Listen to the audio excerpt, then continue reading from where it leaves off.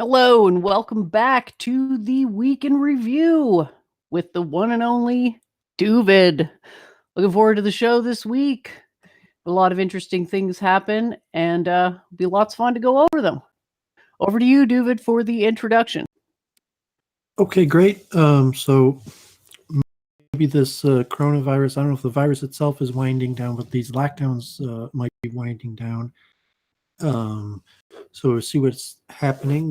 Not much on my side. Like I played a lot of chess this week. I think I'm going to wind down and probably not going to be playing so much chess, but I think I've advanced my research on thinking enough, and so I'm going to, we'll talk about it during the show, like what this connection to artificial intelligence and the way computers figure out chess positions versus the way the mind figures out chess positions, how that's going to be related to the multiple truth hypothesis. So I don't have anything to release, just more research and stuff for me to read. But I've been occupying myself, and this coming week I hope to start streaming again. With that, I used to have a story, like a nice Hasidic story. I haven't been inspired with stories for a while. But I from the mantra that I've been doing like over a year now is we last week so we switched to tune. So I was explaining that there's certain the Orthodox Jewish prayer service has regular mantras that are recited daily, weekly basis, and almost all of the holidays and calendrical events are affiliated with special mantras for those holidays. And there's a lot of songs are based on those mantras from that special holiday liturgy. And then there's certain what we call like holy tunes that might be used during the whole year that you would set certain part of the prayer service to, or certain poems that are meant to be sung to. So you might come to a poem or a part of the prayer service and not know like a certain song that is meant for those words. So some mantras, are so powerful or so popular that there might have its own given tune that would be, unique just to that mantra, and there would be connection between that tune and that mantra. And then there's just certain mantras that are meant to be sung, and there's certain tunes that mantras are set to. So last week I did kind of like this slower one, and this week I'll do a quicker one. But I thought, we'll see if Gandalf is back, if he or someone else. So we've had people in the past that know a little bit about music, and Jennifer's not a musician, but you don't have to be musical or a musician to understand basic music theory. I took a physics of music class. Did you have a class like that, Jennifer? A physics of music or something like that as an undergraduate? I know I never took any courses like that. It was elective. I'm saying it was you needed so many credits in physics, and originally I thought I was going to get my undergraduate degree in physics, and so one of the courses I took was the physics of music. But I'm sure Jennifer could probably intuit a large amount of it. But in the Western, you have kind of like the 12-note system with the 7 notes and major and minor and different scales.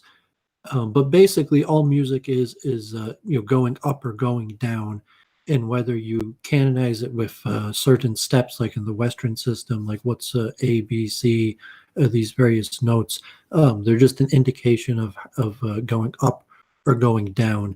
And as I mentioned last week, the Hindu system, the Raga system, is exceptionally complicated and possibly one of the most developed systems known in the world. But I'm not an expert in the Hindu system. I'm reasonably proficient in the Jewish system. So I was mentioning last week that most of these Jewish tunes have a structure of A, B, C, B, based on the 4-letter name of God, Yud, He, Vav, He, where the second letter repeats. So, Yud is a small letter, and He is a bigger letter, and V is the various ways you could look at it in the way the tunes are structured. So why don't I sing this one? This one would be called a quicker. The one I did last week is like a Niggin Devakis, or more slower,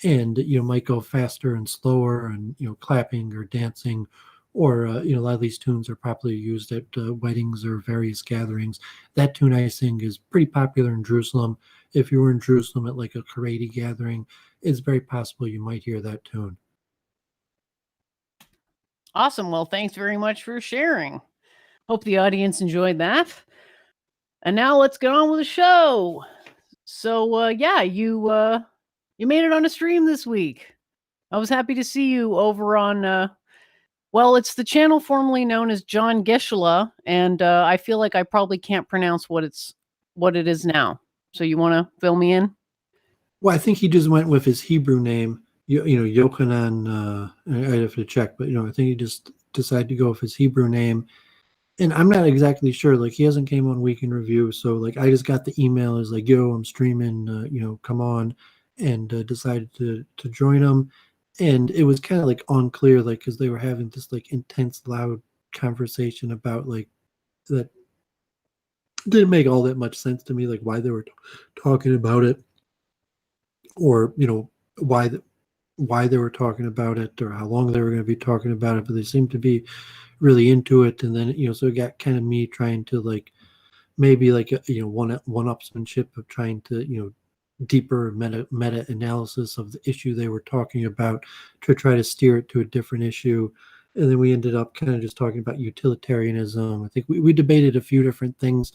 One of them was like the concept of is Christian, are from a Judeo perspective, would you rather have atheist goyim or Christian goyim?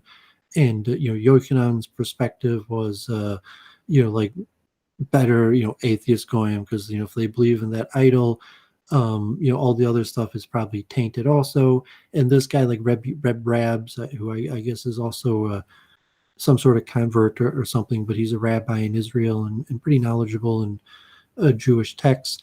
Was saying like, no, like the idol worship might be bad, but generally religious people, Christians, are better people than non-Christians, and they obey more of the laws. And then I was I mean, maybe it sounded kind of like for the sake of argument, but maybe I was just kind of curious to get his view on utilitarianism, and saying like, well, who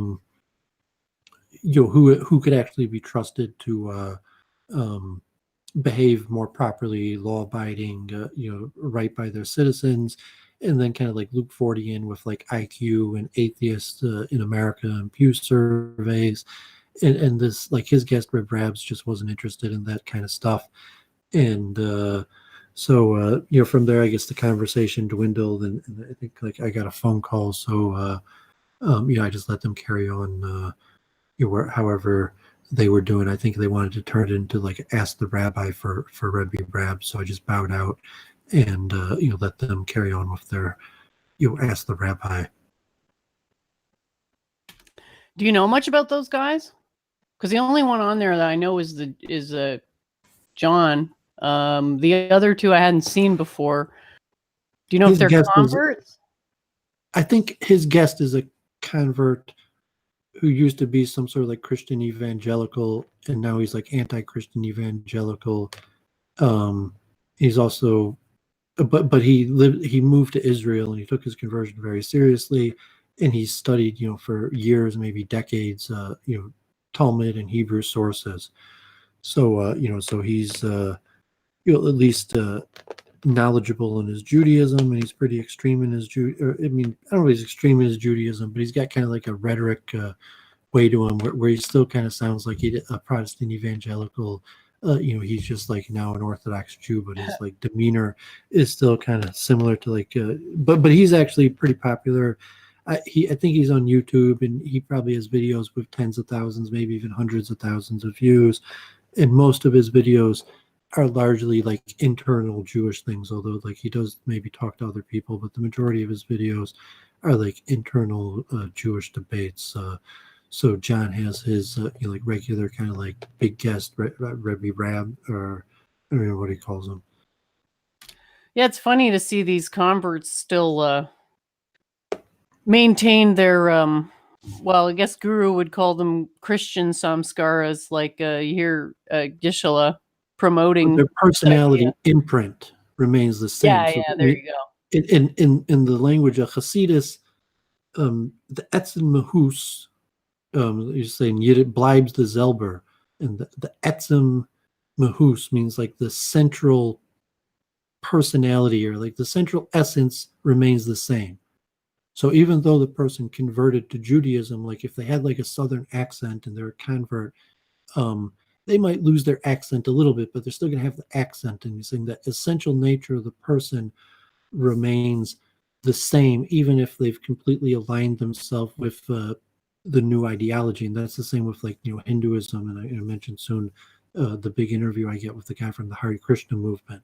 But like if you're a member of some sort of international society or cultic type group, you might know hundreds or thousands of people that have largely completely adapted their life from various previous lifestyles to a new lifestyle that might be rather rigorous, to something like someone becoming a Hare Krishna, to someone like becoming an Orthodox Jew.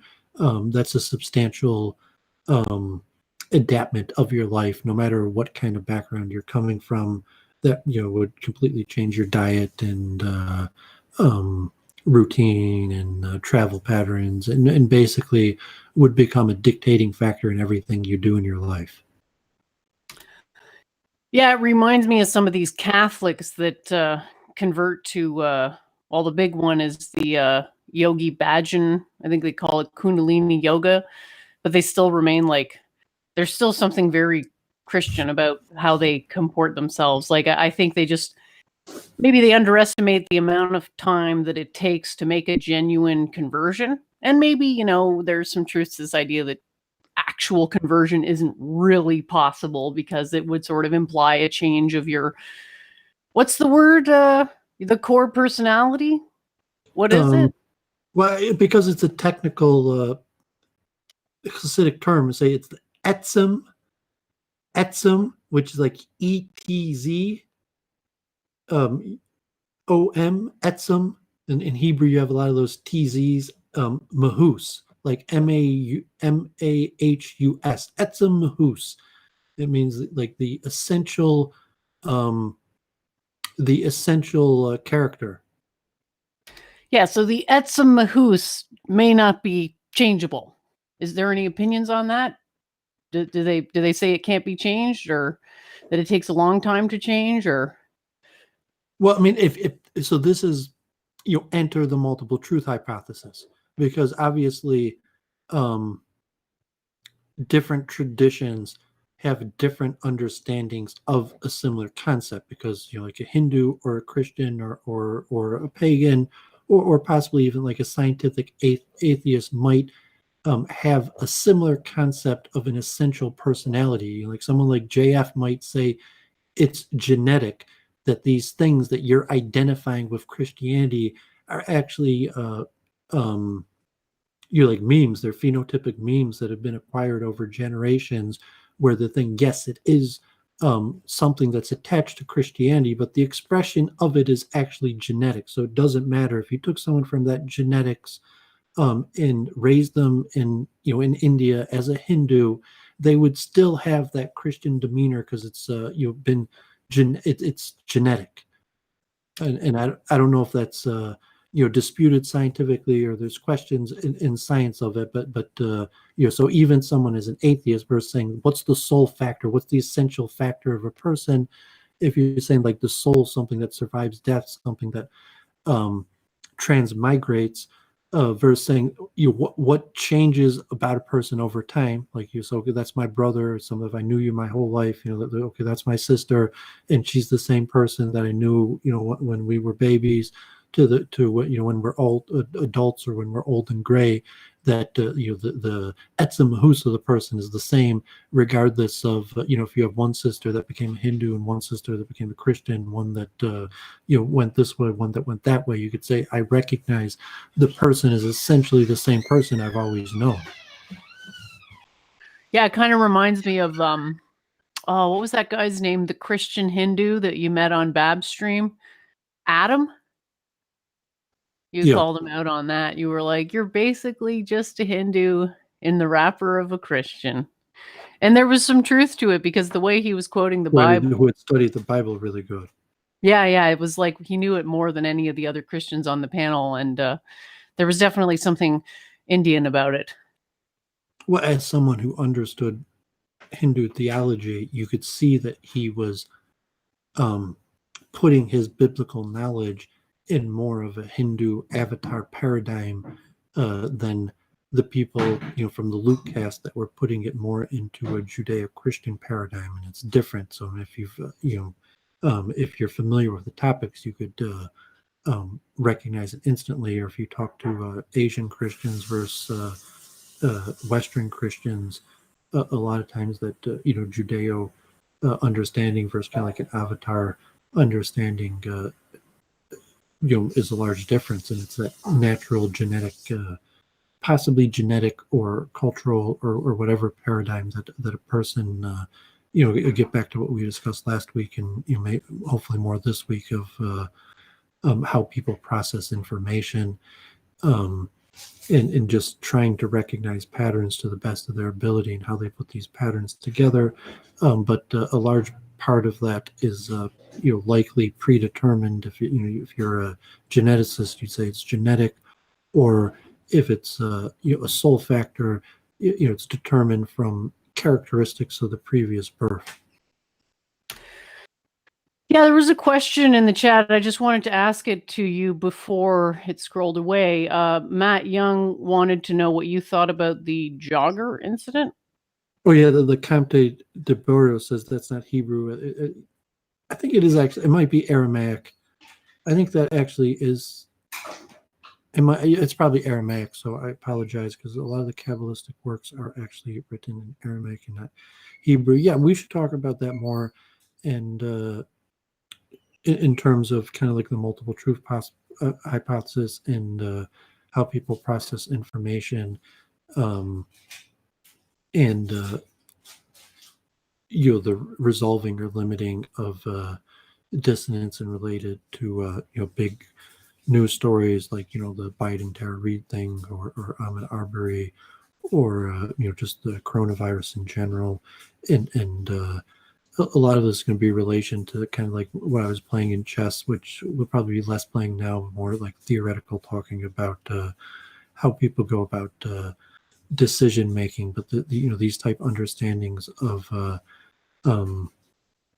being forced to make a pattern, to create some sort of pattern in order to process the abundance of information, and then that pattern that the person has formed becomes a limiting factor in their discovering the truth. So it's kind of like a necessary evil. In order to process an abundance of information, you need to make metadata. You need to make the information into data, and then you take the data and make it into metadata. But in the process of doing that, you're likely to make mistakes. And so you have to have some sort of recurring system, and that's what we were discussing last week, and kind of like this dissonance where you largely have to choose a strategy, and once you invest energy into the strategy, it builds up momentum, and it makes it difficult to change strategy. So even once you realize that the strategy you've chosen is likely incorrect, if there's already momentum behind it, it's not so easy just like, oops, wrong strategy, let me change it, because you have to do something to counter the energy of the momentum that has already been built up behind the wrong strategy. Yeah, you have to do work to change momentum, because we're talking about it's a quantum system, but it still obeys basic conservation laws. So the ideas about momentum are relevant here, and it's still sort of the same basic concept as with mechanical momentum. If you want to change the momentum, which is a combination of mass and velocity, you have to do work on the system to alter those things, because that which basically it's the principle of inertia. It's one of Newton's laws of motion there. So before we move on too much, I wanted to screen share just a couple minutes of your appearance on the show, if that's okay. I've got it all queued up here. Just so people can see what Doovid's been up to this week, if you don't mind. Just okay. So Doovid's muted. There's no problem with that. Again, Israel's a secular country, and I'm glad. And I think we should all be glad that it's a secular country, because if the religious that exist there now would take control, it would look like Iran. Okay, because the guys there, first of all, when they fight within each other, there's no sense of a kosher form of Judaism. Everyone bashes each other. Well, that has to include evangelicalism. I mean, in Israel, I'm for evangelical because Israel's not a backward state. We have free speech. Do you understand that my argument is that they should allow the TV station? But I'm saying that's also the utilitarian slippery slope where it's like, I'm for homosexuality. I'm for, God forbid, because it's the utilitarian, I trust the experts more than the Torah point of view. All right. Isn't the homosexual agenda already represented on the television? Well, it's the dominant narrative, unfortunately. Well, so you have a problem with that over Christians talking about the Torah? Well, there's a dissonance among Jews where, yes, Christianity is more upsetting to people than schmutz, because there's a dissonance to schmutz, but once a person is like, well, whatever, I don't care, I'm open to anything, there's still this large dissonance where you're just no, I do not want people trying and only really religious Israel and trying to convert people to Christianity. Absolutely not. I don't think secular Jews care. And to a homosexuality, people have evolved. But when it comes to Christianity, even secular Jews, there's thousands of years of Jewish stories of this stuff, and it's in the blood to be no, we do not want Christianity taking root here in Israel. In terms of progressing in this dialogue, but people should just say what they believe and stop playing devil's advocate, because then there's no point of trying to speak for both sides, and at the end. Doovid, can you tell us what schmutz means? Because I'm honestly not familiar with this term. Well, I think that's actually German. It just means dirt. But in this case, okay, you mean smut. It's another way to say the word smut. Okay, I get it. Yeah. Yeah, and usually, recently referring specifically to, specific kind of cultural dirtiness. But I forgot about that also. That we had debated a few different things, or just taking different sides of a few different issues, and that was related to the coronavirus. I guess you didn't play that at the very beginning, where I was saying that generally the religious people have accepted the atheistic experts on coronavirus because what the virus is, how it acts, almost all of that is based on evolutionary theory. And at this point, all the churches and synagogues and are shut down in Israel. All the rabbis said you must listen to the virologist. And so I was saying that what's the difference between listening to the obviously the difference is because you save your life. But that once people are listening to the experts, that's basically the slippery slope on all these cultural things where the experts have said that traditional conservative values aren't scientific. Well, Matt Young in the chat has said that you are the best devil's advocate out there. So props to Doovid. Got a question as well from Le Comte de Boreas asking if you studied someone called, I don't know how to pronounce it, Traxier or Traxier. I'm not familiar with this name. Let me do a screen share real quick because I don't want to forget this, and I'm probably going to do it at the end of the show also. I have to look that up. It's not sounding familiar to me, so I'm going to do a quick Google. It was a chess player. Problem with chess problems, passed away, so it's not sounding familiar. I have to look into it. I guess that he has a Traxler variation in the opening. So maybe I've heard of this, maybe the Traxler variation, but no, not. I have to look into it more. And ironically, chess. There's tens of thousands of books written on chess. There's huge libraries, and there's thousands of different opening variations. So you say, oh, the Traxler variation in the opening, and it's saying okay, you have to be a pretty strong chess player to know tens of openings, let alone hundreds or the thousands of openings in existence.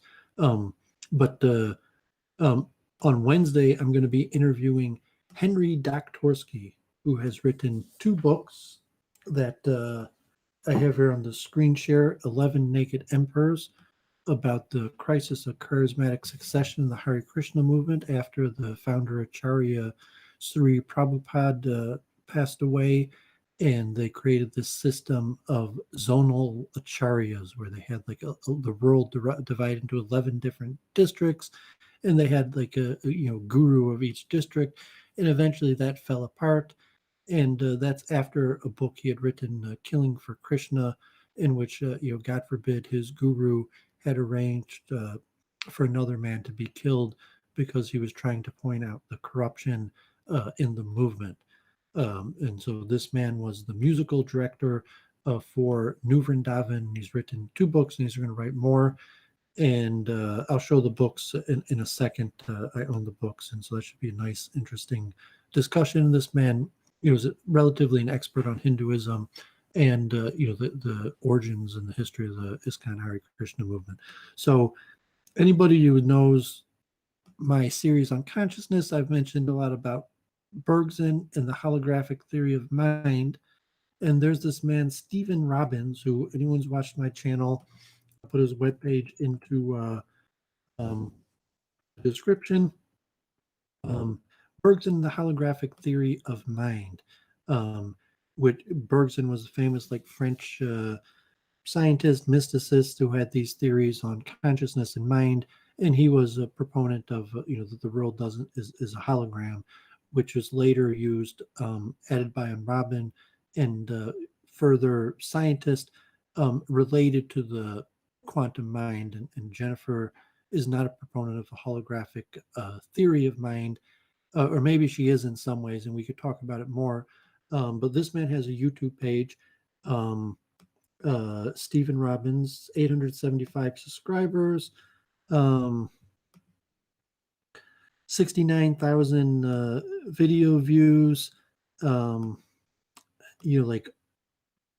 interesting videos. One of them has 18,000 views on holographic, on Tesla and the ether. I guess Tesla's a very interesting person. But he has ones on orchestrated Henrose Panrov here with 3,800 views. David Bohm, another person very involved in a lot of these theories that will be related to the multiple truth hypothesis. But before I had my first interview with Jennifer, this is actually how I came to this channel, was because I watched his video on orchestrated Henrose orchestrated reductive something. It's hard to remember. It's a bit of a mouthful, isn't it? Yeah, it'd be like a tongue twister there. But so here I can you see this? Yeah, I've actually got your whole screen on the display so everybody can see it. So I put thanks for your continued content. You do interviews. So he replied, I do, but no one wants me, with a frown. So I mean, God forbid, maybe he puts all this content out there and really no one's ever reached out to him before me, or maybe he's got kind of like a self-depreciating sense of humor. So I replied yeah, I'd be happy to interview, host you on the channel. So if anyone watching wants to hear more about this stuff, consciousness, and I'm just seeing right now that he released another video on the hot theory of consciousness. I mean, this guy's really, and he's got PowerPoints. I don't even know what this guy looks like, but he's got PowerPoints with these little graphics and animes. A lot of times he's got these dancing things on the screen. Yeah, if any of the people are watching now, give this guy a like. Maybe tell him to come on Week in Review, and maybe we could get him on. So I wanted to mention that, and awesome. Maybe we could talk about ISKCON, and so here, this is the link. It's going to be Wednesday at 2:00. I put the link to my show on Wednesday, and I'll post on my Twitter and Facebook, or it'll be on YouTube. But Wednesday at 2:00 with Henry Doktorsky, and here's the video. I just posted the link of Stephen Robbins, so I give that a like. Ask that guy to come on week in review. So here's this book, 11 Naked Emperors, The Crisis of Charismatic Succession in the Hare Krishna Movement from 1777 to from 1977 to 1987. And this is his recent book. And here was his first book, Killing for Krishna. This was a big book. And his third book is going to be like a more encyclopedic complete history of New Vrindavan. So the first book, he wanted to get out this story about, God forbid, this Hare Krishna devotee who was killed by his guru for trying to expose his, misdeeds and that which led to the crisis of succession and, the kind of whole theological understanding that they had of how they, after Prabhupada died, how they were going to, divide up ISKCON, and now they have a different method. And it's kind of interesting, just the logistics, and we haven't even got to Jennifer and her week in review, but I think that it's going to be related to your conversation with Luke Ford about there always being an elite in a ruling class. So this kind of crisis in succession of ISKCON is it's related to well, it's saying like the questions Luke Ford was asking you, like, well, how does succession work of the elite, or you're kind of like concepts you could only get so far. You might be able to acquire a bunch of wealth, but if you want to convert that to power, you're going to have to do something. You're going to have to join the established power structure. But like obviously the established power structure isn't going to be like like descendant after descendant of the exact same people every generation, and some people are leaving the established power structure people, and some people are joining, and there and there's various methods of succession and try and get so if you are part of that elite and you're trying to secure your post and secure your progeny or the future of the movement. There might be certain methods of that, or if you're an outsider who wants to join the elite, there's certain methods for that, or strategies for that. Or if you're someone who is against the the establishment, saying like I'm kind of a pawn in this, but whoever those people are, I don't like them. I don't want to be a part of them. I'm against them. So there's all these various strategies or approaches that you could take to it. But if you take Jennifer's central point, and then because we're talking about Kabbalah. Earlier, you mentioned that the Kabbalistic understanding of their, the elite in the sense of, might have bankers and billionaires, but the real elite is the soul of Messiah and the 36 hidden righteous people of every generation. So it might be similar to a Vedic system where like those aren't your billionaires, those aren't your politicians. You have one person who has the soul of Messiah who's going to, like probably a guru, religious type figure, and your 36 righteous, hidden righteous people, or hidden righteous people. They're not going to be like, known personalities that have a great position in the material realm.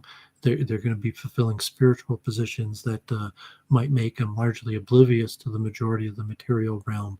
But the Judeo system still has this succession process and this understanding, like who gets the soul of Messiah, what happens to the person with the soul of Messiah during his lifetime, who are these 36 righteous people, or certain legend, and then obviously Judaism had a kingship and a monarchy, and Sanhedrin and a court of 70 people and the sages, and there's how do you become a sage, who are the sages, so there's always the continual sages of every generation, but like it doesn't necessarily mean there's an easy answer to the question of like, well, how do you become a sage, or who exactly are the sages of each generation, even though you say, well, yes, every generation there was this continual transmission of sages. Yeah, it reminds me of what my old streaming buddy used to say. Brian, he's pretty funny. He's talking about the 36 Leonard Vovniks. Does that ring any bells? Or is that just actually that Lamed Vav is just the Hebrew letter for 36. So okay. in Hebrew, you use the alphabet to also represent numbers. So 36 in the Hebrew alphabet is Lamed Vav. So it's a common joke where so they go, like Jennifer, you must be Lamed Vavnik. Like maybe you're one of the 36 hidden righteous people. So in Yiddish or Jewish parlance, that you, or sometimes you'll say like, oh, like Doooovid, he's a Lamed Zayin, which means he's a 37. You like didn't quite make the cut. Like almost like. But usually those are in internal like Hasidic circles where people really help each other out. Because you picture like the Lamed Vavniks are the ones that are, just selfless people that are doing on behalf of others, or they're serving the righteous. So saying like, I didn't merit to be from the sages. Like I tried to be from the sages. I wanted to be intellectual and learned, and whatever reason, it just didn't work out that way. But at least I could be, so to say, a devotee of the sages. And so I associate with the sages and promote the sages, even though I wasn't able to be from the sages. So we got a couple questions But if coming. you translated that to the elite structure, it might sound more pejorative. Saying like, okay, I tried to become elite and failed, and then I did what I could to promote the interest of the elites, kind of like a Kyle type thing. Yeah, I was just thinking about Kyle when you said that. Well, Kyle is just like translating elite for sages, and so spiritually, so like no, that's not the same thing. But from some like Adam Green, counter-Semitic like Norvin type perspective, you might say like, no, I think when you say sages, you mean elite and bankers. Just to come back to a couple of these questions in the chat, someone was asking what you thought about Bobby Fischer. Not too sure if you want to field that one or if you feel like that's a troll question. I am not actually aware of what he contributed to chess, but I think he was quite a good chess player. Is that right? And he had some opinions about Jews. If you want to skip that one, we don't have to answer it. But there's also a question later on about, I think Renee is asking about the Zohar and whether you were familiar with that. So take it away. Oh yeah, or Renee could even come on if she wants. And the Zohar is the most famous text of Kabbalah, and it's probably a discussion for a different time. Bobby Fischer was obviously world chess champion. Jewish American that beat the Russians when the Russians dominated, and then kind of went crazy. And despite being Jewish, was one of the most well-known and sayers of anti-Semitic statements. Converts to some form of Christianity, then becomes like an enemy of America and blames America for 9/11. Commits some sort of fraud where he becomes a criminal wanted from the United States, and he's in exile. And so there was this period where he was of great fame, and he was an American hero because he was the U.S. champion. He was the man who represented the United States and took down Russia in the height of the Cold War. So he had a lot of fame, and then he kind of publicly went crazy. And when we talk more about decision making, I think Jennifer was saying before, kind of like this Claire trying to use logic to like convince the Jews of something. So like, that's not the way things work. People don't make their decisions based on logic, but this kind of like mind of a chess player who is always trying to calculate the best decisions or trick people. Also, sometimes the chess player has this pejorative view because the chess player beats you by tricking you. So, you could also look at chess as an extension of Judaism, and the irony of like the self-hating Jew or the Jew trying to escape his own Judaism, even if he's not self-hating, but kind of like that Josh Smith or someone, where almost everything about the guy kind of like accentuates Judaism, while at the same time they're running away from it so desperately, which is a general trend. That generally the Kabbalists say, and Luke Ford even said that like the thing that Jews fear worse, even more than anti-Semitism, is being forced to return to orthodoxy. So it's saying like, if you look at like Bobby Fischer, it's saying like, just like, well, if you're Jewish, act that way, become an Orthodox Jew. Like you're a Jew, be a proud Jew, act like a proper Jew. Versus the person's trying to escape the Judaism, say like, that's not the Jew I want to be. And then we'll say, well, if you're not a Jew, what are you? And then constantly trying to run away from what they are. And, so Bobby Fischer is definitely the quintessential example. And he's a messianic figure in the way that like Jared Kushner, like Adam Green and the Jared Kushner is the messianic figure. In reality, from an esoteric perspective, like Jared Kushner it's not going to be a politician, businessman like Jared Kushner, like like Bobby Fischer, who could secretly who could beat the world at chess, is a more likely messianic figure than Jared Kushner. So if you're looking at like like Messiah's got to be a Jew, who's it going to be? And then it's like no, it's Bobby Fischer. Like why? Because he's the best chess player in the world. So there's interesting phenomenon like that, but anyone who knows more about Judaism, say like Bobby Fischer is not really a messianic figure, but he could be looked at that like quintessential like Jew trying to run away from his Judaism, and he was always it all depends what you're gonna like acknowledge as a messianic figure, right? Like remember when Brundlefly said I was the Messiah on Luke Ford's show? Like I mean, it's just sort of it's like it. You could make an argument maybe that who was the guy on a simple term, like in Hebrew, so the word is in the Talmud they use a lot as olam haba, which means the world to come, and generally it's accepted that means like the soul world or after death. But it technically just means the world to come, and the world to come could mean just the future. So yeah, sure. I mean, there's tons of messianic in that way. Also, you may like okay, you're a Messiah figure, you're the person who's going to redeem all of the world and bring it into suffering and death itself, versus saying just a change agent. So the most watered down basic form, saying like to take a messianic form, you're just an agent that's going to come and cause change. Yeah, you could argue that who was the pantheist Jew who got excommunicated? I forget his name. Yeah, you could say he was some type of, messianic figure, right? It just depends what you what you would acknowledge as that, and it sort of ties back to the conversation earlier about elites and how exactly does one recognize an elite, and sort of understanding this idea that there's just different types of elite structures, and it's very complicated and very interesting.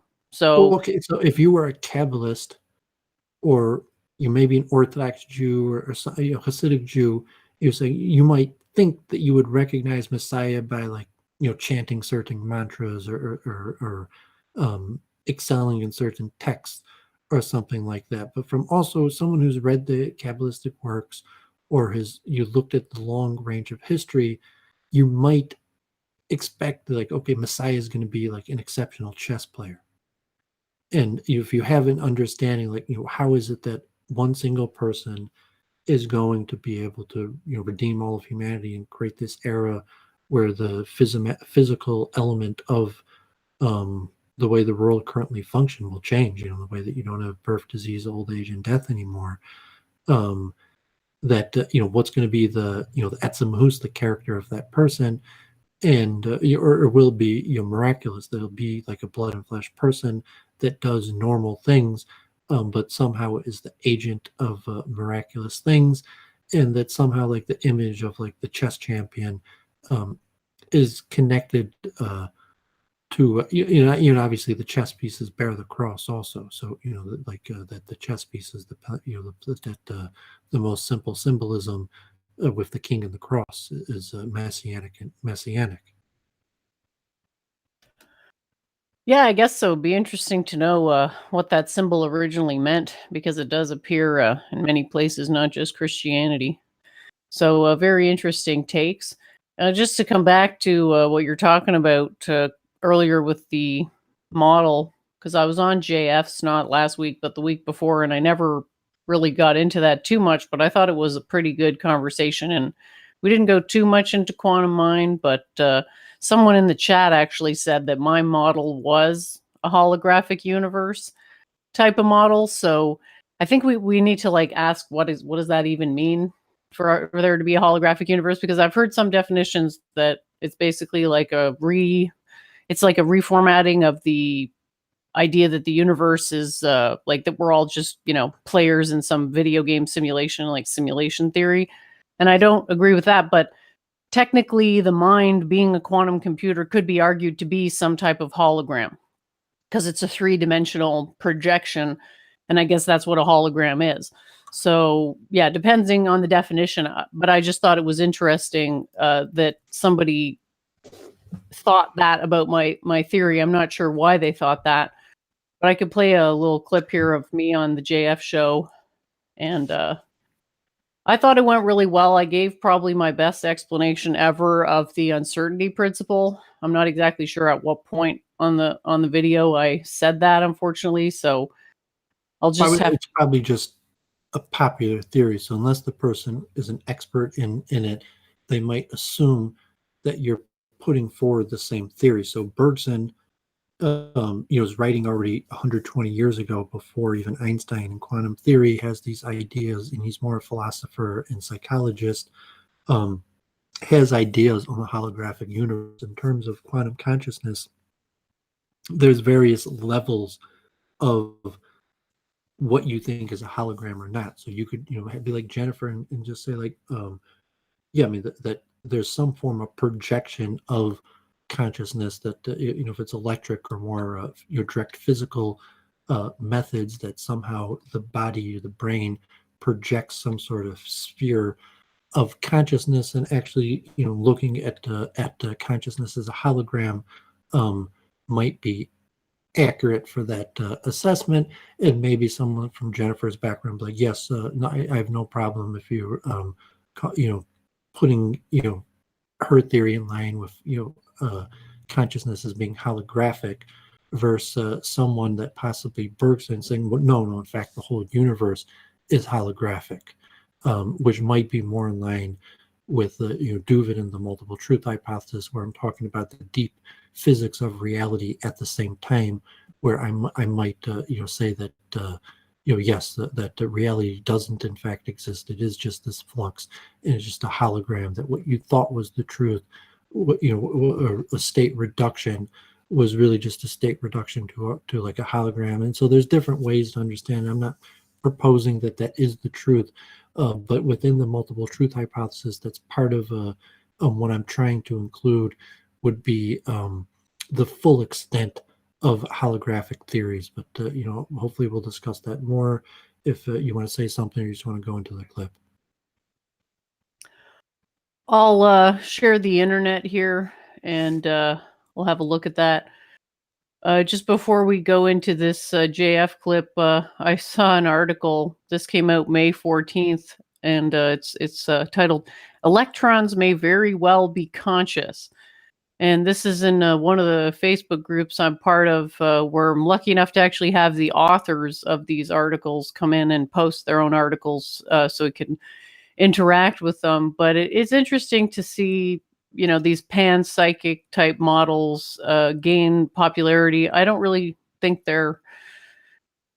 I'm not sure if they actually fully understand it. They seem to be saying that the mind is basically the indivisible unit of the universe or something like that, but they're not defining what mind is, so it becomes very difficult to follow their logic.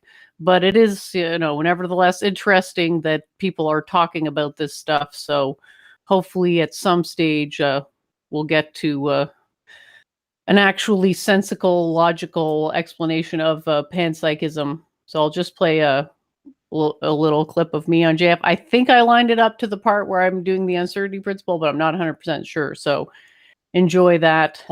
How quantum state exclusion functions vis-a-vis the uncertainty principle, because as it turns out, quantum state exclusion is just a special case of the uncertainty principle. All right. You wanted to talk about the uncertainty principle. Can you give us the detail on how that works as part of this model here? Well, I'm not really changing anything with regards to how the uncertainty principle is understood by modern scientists, because that theory is pretty much accurate.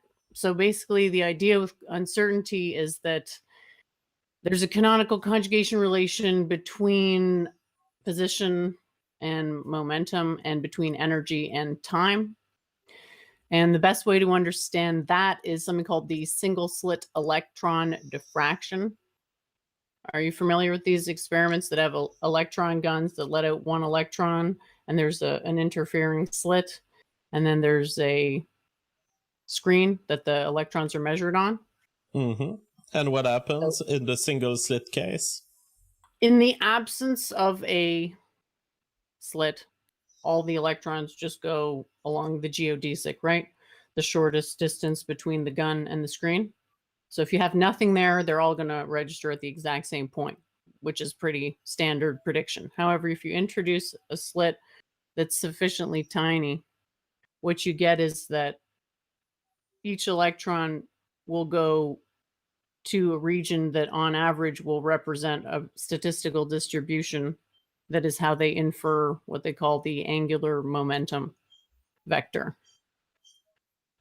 So the idea is that that tiny, tiny little space that represents delta x. So, okay, the uncertainty principle is delta x times delta px is greater than the Heisenberg constant. So basically the product of the uncertainty of position and uncertainty of momentum is larger than a constant. So if you have a very tiny delta x, which is what the slit is, it's teeny, teeny little delta x, what's going to happen is you're going to see that delta p is going to get larger because of this product being bounded by a constant. So mathematically, I think that makes sense.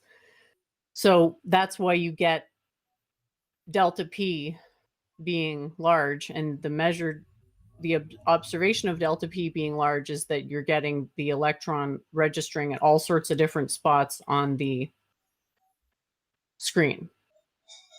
Very interesting. So essentially the slit is forcing a trade-off in the Heisenberg uncertainty principle. That's correct. What the slit is effectively doing is reducing the waveform into one of its eigenstates. So when the waveform is unfettered, all the eigenstates are in potential, and it's a sphere for all intents and purposes. But when the waveform is interfered with in some way, there's a reduction to one of the constituent eigenstates. And that's why, rather than just all the eigenstates being the straight momentum going directly to the screen, you have a way to see all the different possible eigenstates. Fascinating, because I've heard so many times of the slit experiment, but I've never heard this explanation. It finally registers. I finally understand what's happening.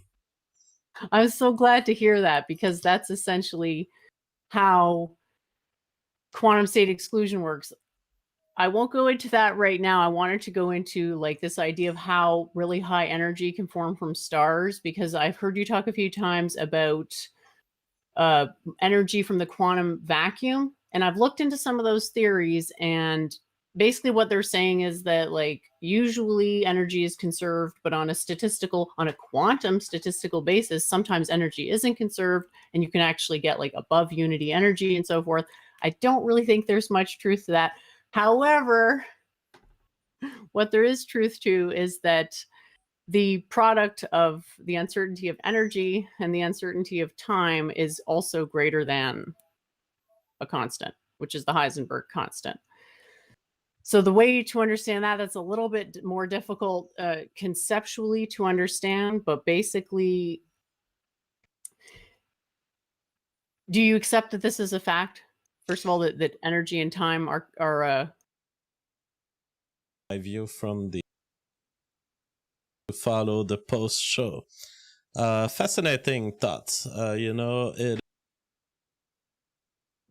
Pollutants can build up indoors, so Dyson's purifying fan heaters detect and capture. It is Church of Entropy sometimes dismisses too much, in my view, from the classical models, but she has such a wild intelligence that she can sometimes come up with stuff that, okay, I can't prove that this is wrong, and so it can lead to interesting insight. This is the kind of mind that can lead to interesting scientific insight. All right, now that she's gone, I can maybe concentrate on figuring out the audio problem. Hello, test. Am I particularly peaking?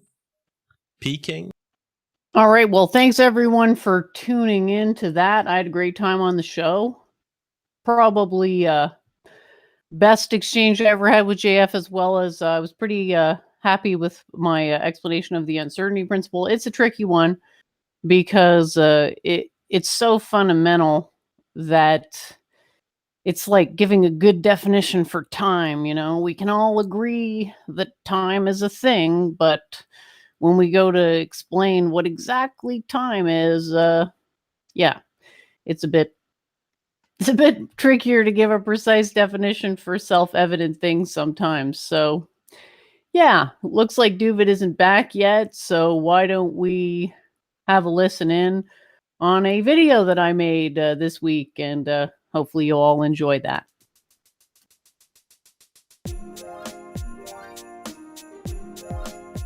Are you interested in learning how to be a jogger? Well, probably a lot of people don't even know where to start, and that's why I've made this handy-dandy introduction to jogging video. Let's start out. What about footwear?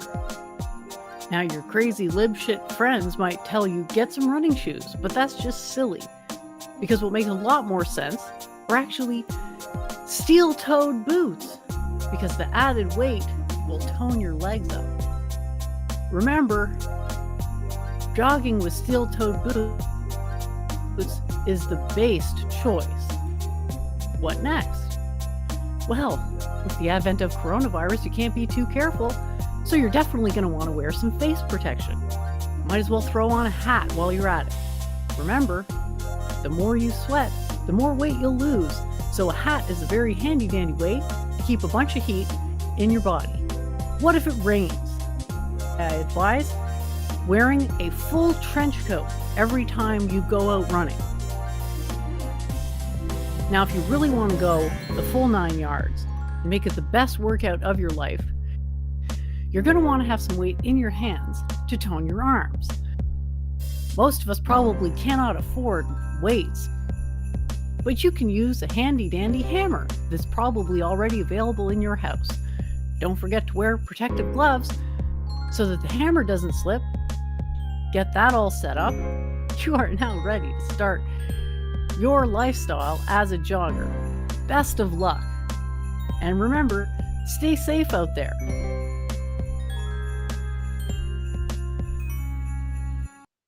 So there was my video. We all have our ways of coping with dissonance, so I guess I thought I would make a little bit of comedy there.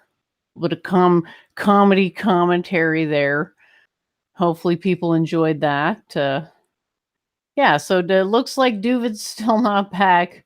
I guess he went to take his medicine. What I'll do in the meantime is play a clip of my recent appearance on the Luke Ford show, which I thought was pretty interesting. For those of you who've been tuning in to the Week in Review, you might remember a clip video that I played with an interview of Daniel Schmachtenberger by Eric Weinstein, basically centering around civilizational stability and sort of a game theoretic approach to modeling civilization, with what I thought were some very good ideas. And I spent quite a while actually on Luke's show earlier this week discussing these ideas. And I thought it was pretty interesting. Oh, it looks like Doovid is maybe on his way back. He just walked by the camera there. So I did want to, I think he has seen this, so I'll just play a little bit and we'll stop it when he gets back. Mic and to turn on your video camera when you can, and then just bring you right into the show. So meanwhile, let's play a little bit here from David Schmachtenberger talking to Eric Weinstein, and Jen will be along any minute. For very long. And so the escape models, I'm fairly dubious of, not because we couldn't, with near-term tech, get some people into space, but we certainly couldn't get something that doesn't depend on Earth, that if we fuck things up here, it's doing well, within the time frames that I think we'll fuck things up on Earth. At least the trajectory as I see it. So then the question you ask, is there some other thing, like progress to a totally different type of social system here, or a totally different type of civilization system that can continue for a long time, that isn't self-terminating and that isn't generating catastrophic and existential risks as the byproduct of the architecture of the system itself? Hey, Jen, how's it going? Long time no talk. Hey, Luke, nice to see you. I'm seeing myself in the camera here. It looks like I'm a little dark. Sorry about that. I'm a bit backlit. How are you doing? That's absolutely fine. So I got to adjust my settings. While I adjust my settings here, I got a few technical issues on my end. Tell me about your recent appearance on JFGRP. Oh, thanks for asking. Well, I wanted to go on to talk about. Okay, so it looks like Doooovid is back. Yeah, so I just played that clip of me on JF, but I think you saw that one, and you also saw me on Luke's there, I believe. Did you catch that one? Yeah, most of it. I guess I never figured out what happened. If I guess YouTube, the server itself crashed in the middle, and I ended up watching on Entropy for a part of it. Well, what appeared to happen is that, like, yeah, the YouTube itself stopped working. I don't think it was a very long-lasting program because, from what I could see, the stream itself was conserved. Like, it was still recorded. It's just that there was an intermission part where it went down, but it didn't get chopped into 2 videos, and it looks like it was continuous now, from what I can see. So, yeah, I'm not sure what happened with regards to YouTube, but I thought it was an interesting conversation. I really liked that Schmachtenberger interview. So, did you have any thought? Did you want me to play a little bit more so that people can see what it was all about? Of which one? The Luke interview that I did this week. Sure. How long more? Just a couple minutes, just so people could see what it was about. It won't be long. Okay. About my cosmological model, and specifically why I don't think the Big Bang happened, and went into that a little bit, as well as how the uncertainty principle works. And it was good for a couple of reasons. He and I have had, I think we've streamed together 3 times now, and this is the 4th time. So, conversation with JF was on Facebook and their new board, which will make determinations on what is and is not appropriate speech. I'm not sure what you're talking about, actually. Oh, okay, forget it. So you didn't discuss that with JF. No, that's fine. That's absolutely fine. Okay, so let me play a little bit more from this David Schmachtenberger talking to Eric Weinstein, and then we will discuss. Both is really the only path. So, what I spend most of my time working on is what the architectures of a system like that must be. Travel outside the solar system, or potentially through some as yet unknown physical possibility. You have an idea about hacking social systems with, so far, our biology the way it is. So, Jen, talk to me a little bit about what grabbed your attention in this video discussion. I think the best aspect of this particular exchange was that Schmachtenberger is looking at civilization as a single entity, i.e. something that is alive, so to speak, and that therefore requires some degree of maintenance. And he does quite a good job explaining why certain aspects of our current civilization are, I believe he calls them self-terminating. I don't know if you got a chance to watch the entire video, but he does make reference to things like exponential disinformation, exponential weaponry. I don't know if he actually calls it that, but it's basically this idea that certain things that grow exponentially are self-terminating. So if you have like exponential warfare, then eventually everybody's just destroyed by the strength of your weapons. So he was making an argument for that, as well as going from one game theoretic model to another. So the game A is the idea of basically the most ruthless wins versus game B, where there's more emphasis placed on civilizational upkeep and actively not letting civilization fall apart. So basically not letting our human competitiveness destroy our civilization. Now, I thought that was very interesting. Yeah, it is interesting because I think it's impossible. So I will elaborate on my views in a little while. So have you done 2 shows about this discussion on the Week in Review? Where are you in your own shows on this topic? We talked about it, not the last one, but the one before. And I played about 6 minutes of the approximately 30-minute long clip video that I sent you. So we haven't gone too far into it.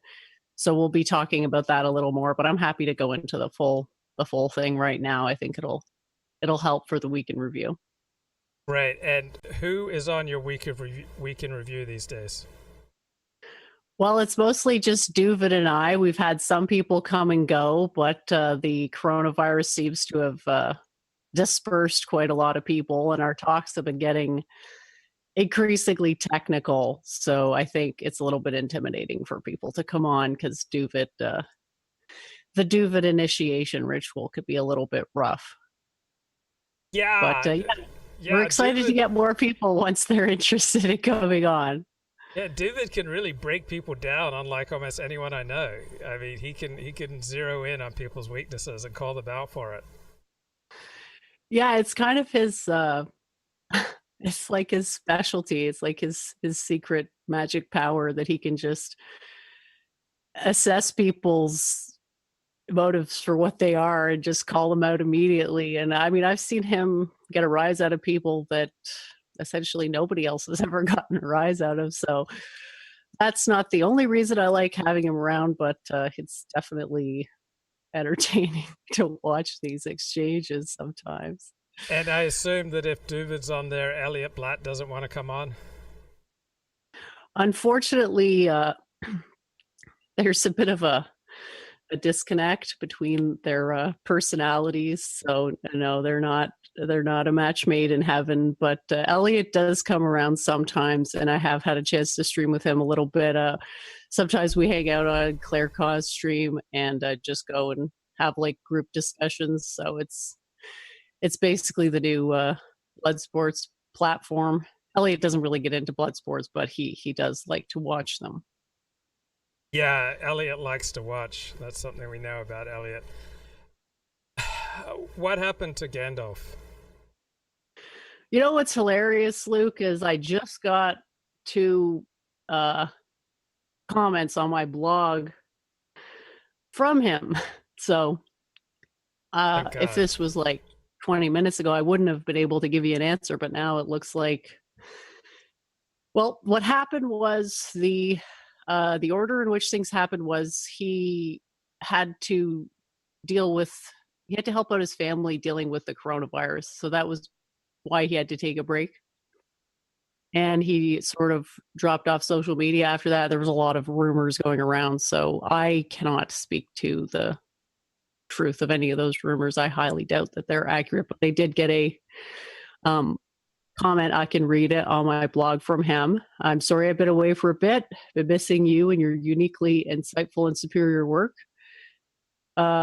My thoughts and prayers are with you during this combination of pandemic and global financial catastrophe. Your recent week in review shows and blog posts are excellent as per usual. So I think if people want Gandalf to come back, they should be more positive towards him, and he might come back and entertain everyone again as they've come to enjoy. He was pretty good on your show. He's got a pretty significant knowledge basis of, it's pretty impressive. He knows a lot about American and history and global geopolitics, I would say. Mm-hmm. So there's one thing that that grabbed me with regard to this stream discussion, that there seems to be this new form of virtue signaling, and that is to be terribly frightened about things that most people have never even thought about. So on the one hand, it's a wonderful thing to be thinking about difficult topics that nobody else thinks about. So I have that cynical reaction, not saying it's the right reaction, but when I hear these, Eric Weinstein in particular saying, So there we go. That was the show. I had some notes prepared beforehand for it. I didn't really get a chance to go through a lot of what I had wanted to discuss because Luke sort of took the show in the direction that he wanted to. And as you can see, he mentioned you and a couple of the other characters around. So a lot of people have been asking about Gandalf. He actually came back yesterday and was on a stream with me for I think it was like more than 10 hours, possibly like all the way up to 14 hours. So we had a bit of a stream marathon yesterday that was pretty fun. Started out on Spacepan's stream, then went to Claire's, and finally OV's, where it turned into, the usual trash slinging. But I guess I was in the mood for it. And we got to see a whole host of characters, including Norvin, who came on for quite a while and insulted me quite a bit, says pretty horrible things. He actually went for I think a lot of people have sort of, they think this is some kind of kill shot against me, this idea about that I'm actually an atheist and that I'm not actually religious, that I don't meet the criteria for being religious. So yeah, they were scraping the bottom of the proverbial barrel there, but you managed to catch the Luke Ford show, eh? And what were your thoughts on it? Did you find any of that commentary interesting?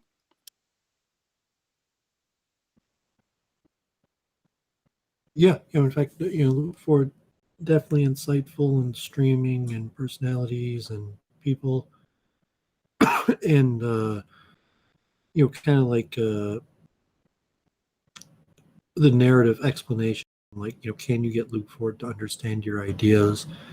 And, and I say you had some success and you had some failures in that venue, but, it's a certain signpost, and then just, keeping up, so to say, whatever the streaming community where, you have those stable people that just don't mind, JF, Luke Ford, maybe Claire, who just don't mind like the daily grunt work of streaming again and again and again and again, that is necessary to hold communities together. And from taking it like even like 2 months off, like I don't know how long this lockdown is, like, but playing a lot of chess during this lockdown, I could feel the gamer type e-circles for chess, which is probably similar to a lot of different type gaming.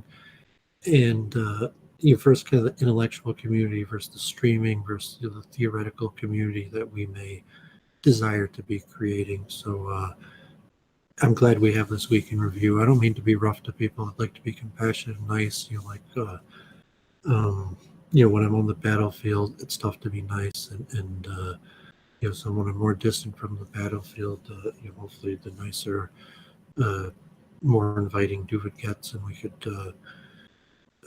forward interesting ideas and talk to interesting people. And I'm going to be trying to do a little bit of effort personally to try to bring in some new interesting personalities, and so hopefully Gandalf will pull himself together and say what's been going on with himself.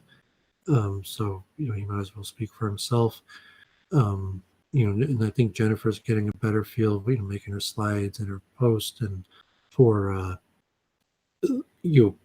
having had enough experience to kind of scientifically test various delivery and explanation methods of her ideas.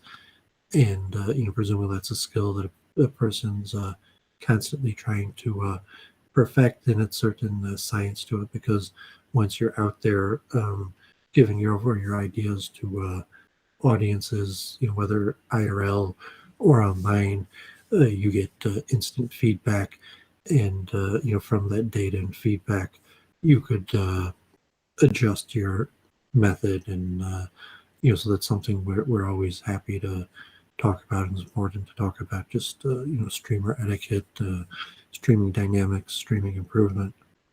Yeah, and one thing I thought was interesting from a meta-analytical perspective was the audience reaction when I went on JF's, because the first time I went on, he was pretty, he wasn't super friendly towards my ideas, and the audience sort of reflected that.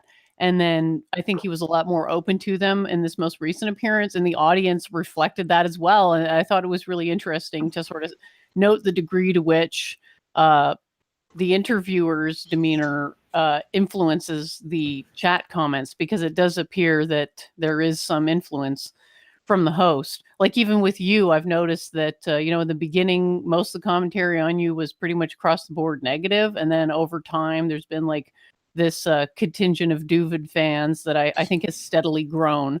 So it's interesting to see how, I guess, how malleable the average opinion of the crowd is.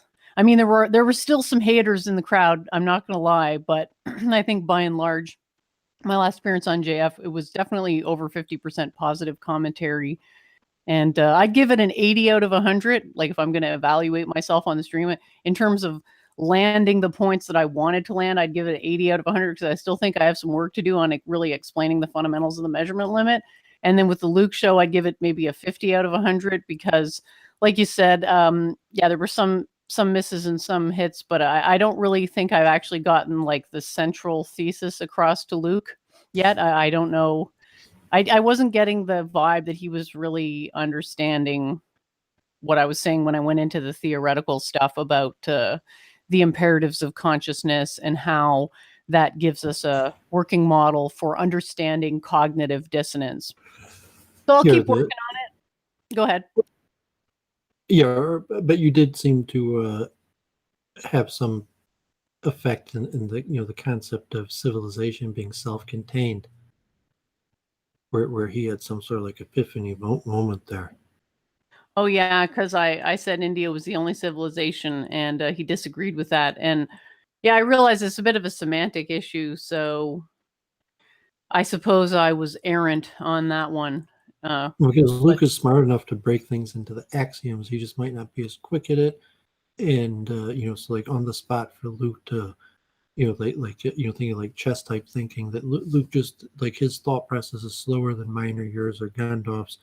So for him to do that and go through it, but Luke could successfully go through those processes. So if you over the period of time, and that on the civilization thing, by breaking it down to the axioms, you and Luke were able to somewhat get to the bottom of either the disagreement or what exactly you were teaching or saying, versus the other thing where Luke probably doesn't have an opinion on the issue of these things. Like he's just going to go with the experts on whatever they say, and it's beyond him to understand something like consciousness.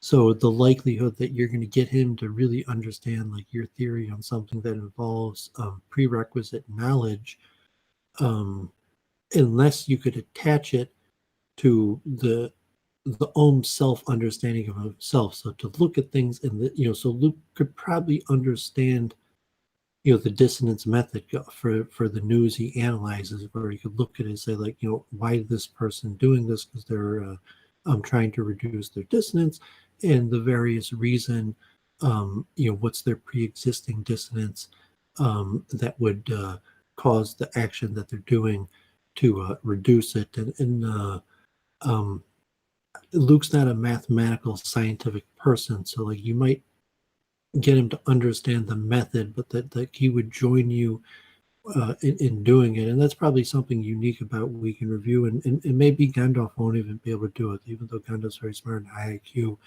It could be he's not scientifically trained enough to analyze things in terms of like dissonance, because it's more like a scientific formulaic thing than a philosophical thing. But we'll see about that, and hopefully the more people who watch this, and it could be someone like Robbins, or maybe this person Henry Doktorski, I'm going to speak to on Wednesday. I wouldn't be surprised if he would intuit and immediately understand what I'm saying, and probably be familiar with these ideas. Well, he's at least familiar with the jargon, which is a good start. Well, I mean, from being familiar with Hindu theology, just the ISKCON and various things, that a lot of these ideas might intuitively make sense to him. Yeah, well, best of luck. I hope it goes well. I have a good feeling about it for sure.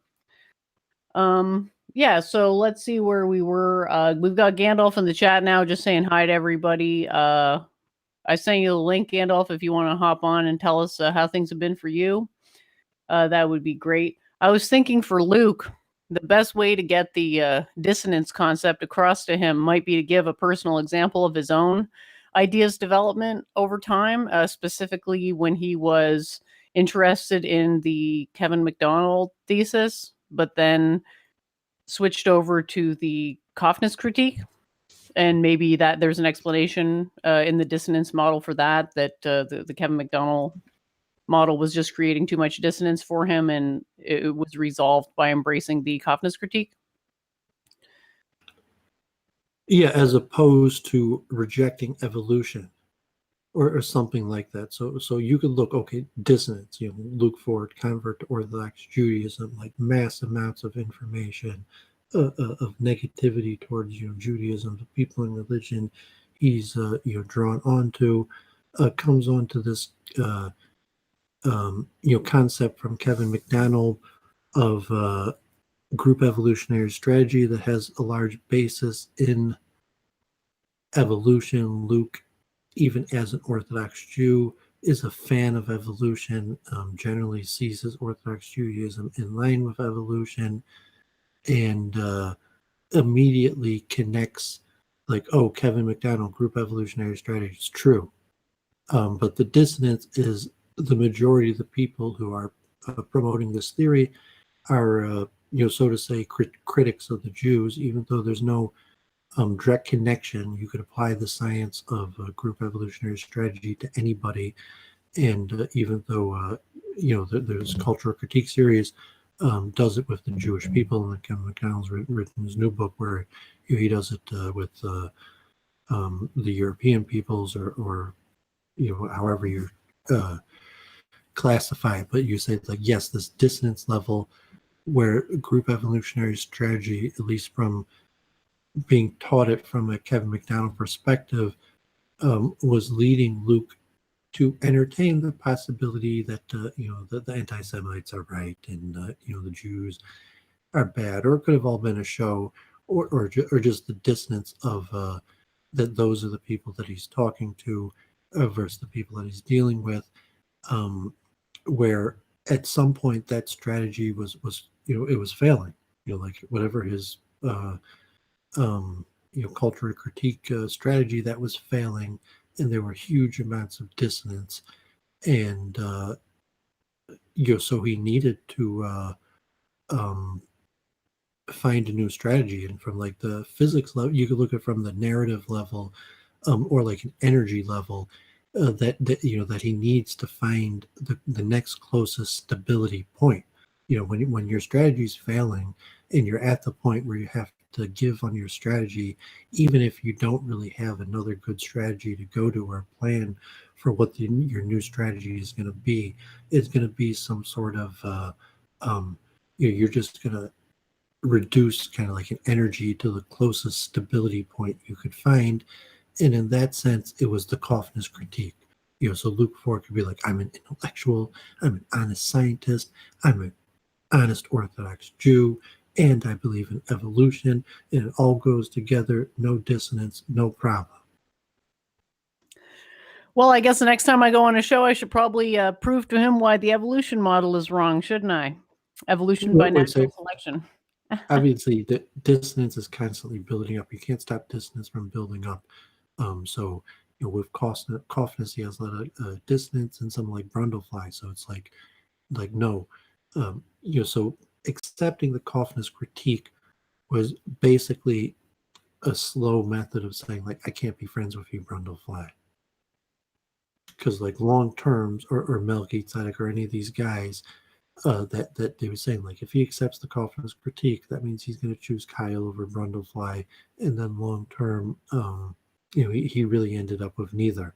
Once he chose Kyle over Brundlefly, and he lost that side for Kyle, then audience dwindled, and he basically lost both. He lost the people on the Kyle side, he lost Kyle, he lost Brundle and the people on that side, and now he's just got kind of like this base, people that have really kind of grown to like Luke's personality, him himself, but those people are relatively a minority from his audience base.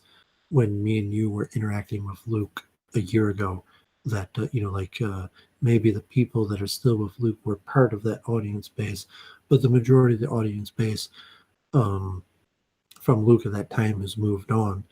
And even our trajectories, like we could probably do like a nice interesting graphic that would display this. But it's interesting. And then, the more you know about Luke, you could say like Luke is in some way like a stability point. So look at like Gandalf or something like that. You like Gandalf, like lack of stability. Like whatever his strategy fail, needs to adopt a new strategy. And so he seeks refuge at the nearest point of stability. And at that point, the nearest point of stability was Halsey. And something like that. I mean, you see kind of what I'm saying? Yeah, I do. It lines up with what I attempted to get across on one of my latest blog posts, is this idea that when someone is forced to change their beliefs, the statistical majority of the responses to sufficient stimulus to drive you to change your belief is going to be to the nearest belief that resolves the cognitive dissonance. And you're describing that as a stable point. So we could say, yeah, when you're in a state where your beliefs resolve the cognitive dissonance, we could call that a local stable point. And then we could contrast that with the universal stable point, where all the dissonance is resolved for all time, versus just the sort of in the moment, sort of desperate, not very well thought out. Well, I'm just going to change to this because it happens to line up more with what I would like to be true.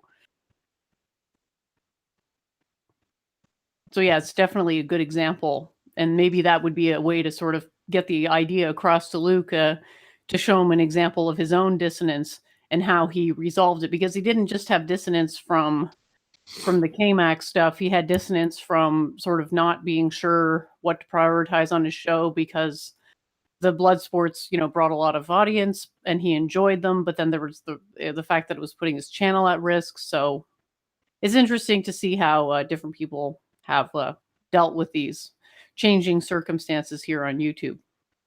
Yeah, I mean, dissonance is a known science, and although it does largely necessitate solving the hard problem of consciousness to really have a science of dissonance of neuroscience and psychology, there's a lot known of it, and it's basically like mainstream current best practice and understanding that this is the method that so to say, the mind decision reduction of dissonance, and even orchestrated reduction, if you want to call that a form of reduction of dissonance. What does it mean? Like, what's an orchestrated reduction? In some respect, that might be a reduction of dissonance. No, that's not what it means. Orchestrated state reduction means that when you experience thoughts, emotions, and sensations, that there's some type of quantum state reduction, i.e. a quantum potential is going from being in a fully potentiated state to being partially collapsed, because the waveform never fully collapses, but it can partially collapse. And when it does, that represents the instant of the registering of either a thought, an emotion, or a sensation. And I believe that's dissonance. Dissonance comes afterwards. Dissonance comes afterwards. It's a different. Well, I'm saying that process reduces dissonance. So within that process, dissonance is reduced. So you could consider the whole orchestrated reduction process as a process of either resolving or reducing dissonance. Well, it's a two-step process, right? So the eigenstate reduction, which is what Hameroff is referring to in his orchestrated reduction. I mean that on a pure physics level. You're saying from the level from the level of psychological level, you're talking about motives of a person or personality, versus even on even just on a pure mechanical material level, that you could describe the quantum process as a reduction of dissonance. That is part of it, but it's not the only part of it. So there's an imperative, and the imperatives that your consciousness simulates are existence, safety, and merit. And you have thoughts, emotions, and sensations, which are themselves reductions to the total potential of the energy of your mind, which can then cause dissonance. So dissonance happens on top of the normal cognitive processes of thoughts, emotions, sensations. It is caused by a combination of those three. And your cognitive imperatives, what they do is at all times, they drive you, i.e. motivate you to minimize dissonance. So regardless of the source of the dissonance, i.e. contradiction between a belief and expectation, we can predict using this model that the reaction of a person is going to be to attempt to minimize the dissonance any way they can. And we can say on top of that, that for people who have less agency and less complexity to their thought process, that there's not going to be a whole lot of logic underpinning the beliefs that they embrace as a means of minimizing cognitive dissonance. It's just basically going to be whatever's there. And so it helps to explain this, confusion that a lot of people get. Like, why is it that people can become radicalized online? And this is something Luke was talking about. And I was saying it's completely unsurprising that this is what happened, because in the absence of the total information and in the absence of the ability to form a nuanced opinion, and frankly, a lot of these issues are so complex that the only way to make sense of them truly is to have a nuanced opinion. A lot of people simply aren't capable of that. So what are they going to do? They're going to jump to what Luke calls a magic key type of approach, right? Like, oh, I can simply reduce everything to IQ. I can reduce everything to race. I can reduce everything to the Jews. It's basically an incomplete model, but it's basically good enough in the moment for the person to cope with the cognitive dissonance. They're not terribly concerned with what the objective truth is. They're just concerned with in situ getting rid of the cognitive dissonance as quickly as possible. Yeah, and from my perspective, this cognitive dissonance is going to be part of a larger, vibrational dissonance, and possibly even a dualistic or holographic dissonance, so to say, of the greater multiple truth hypothesis. But I'm not expecting necessarily people to understand the physics part of it, or some of the even consciousness aspects of it, but the psychological understanding of the larger levels of dissonance is something that saying even to a below average intelligence person could understand. It's not that profound of a concept, and even some of the physical concepts. So it's important that these concepts are going to underlie multiple different theories, where they work on a psychological basis, on a philosophical basis, to a material basis, to maybe even an atomic basis, and possibly even beyond. Beyond into the spiritual realm. So it's important to the mathematics is being very important, because the mathematics is something that is the underlying thing that runs through all of it. And that's why it's important to so you could kind of psychologically kind of just understand reduction of dissonance, and understand, well, okay, like one sum is great and the other sum is small, and therefore there's a reduction of dissonance to go from one to the other, versus someone with a more profound understanding of mathematics and formula to really advance the science of dissonance to a true science that could make predictions and say, like, no, I mean, this is exactly a predictive model of how dissonance would be reduced. Yeah, awesome. Well, some people have alleged that it is not predictive, it's descriptive. And so we'll have to see to what extent the predictions need to be made before people accept that it's a predictive model. And I've noticed a lot of people in the chat have some opinions about evolution. What do you think would be a good definition for the term evolution? Because it seems like we're not all lined up as to what that means. I would say it's something that it's a process of change that takes place over time. So give it a If you very allow me, general.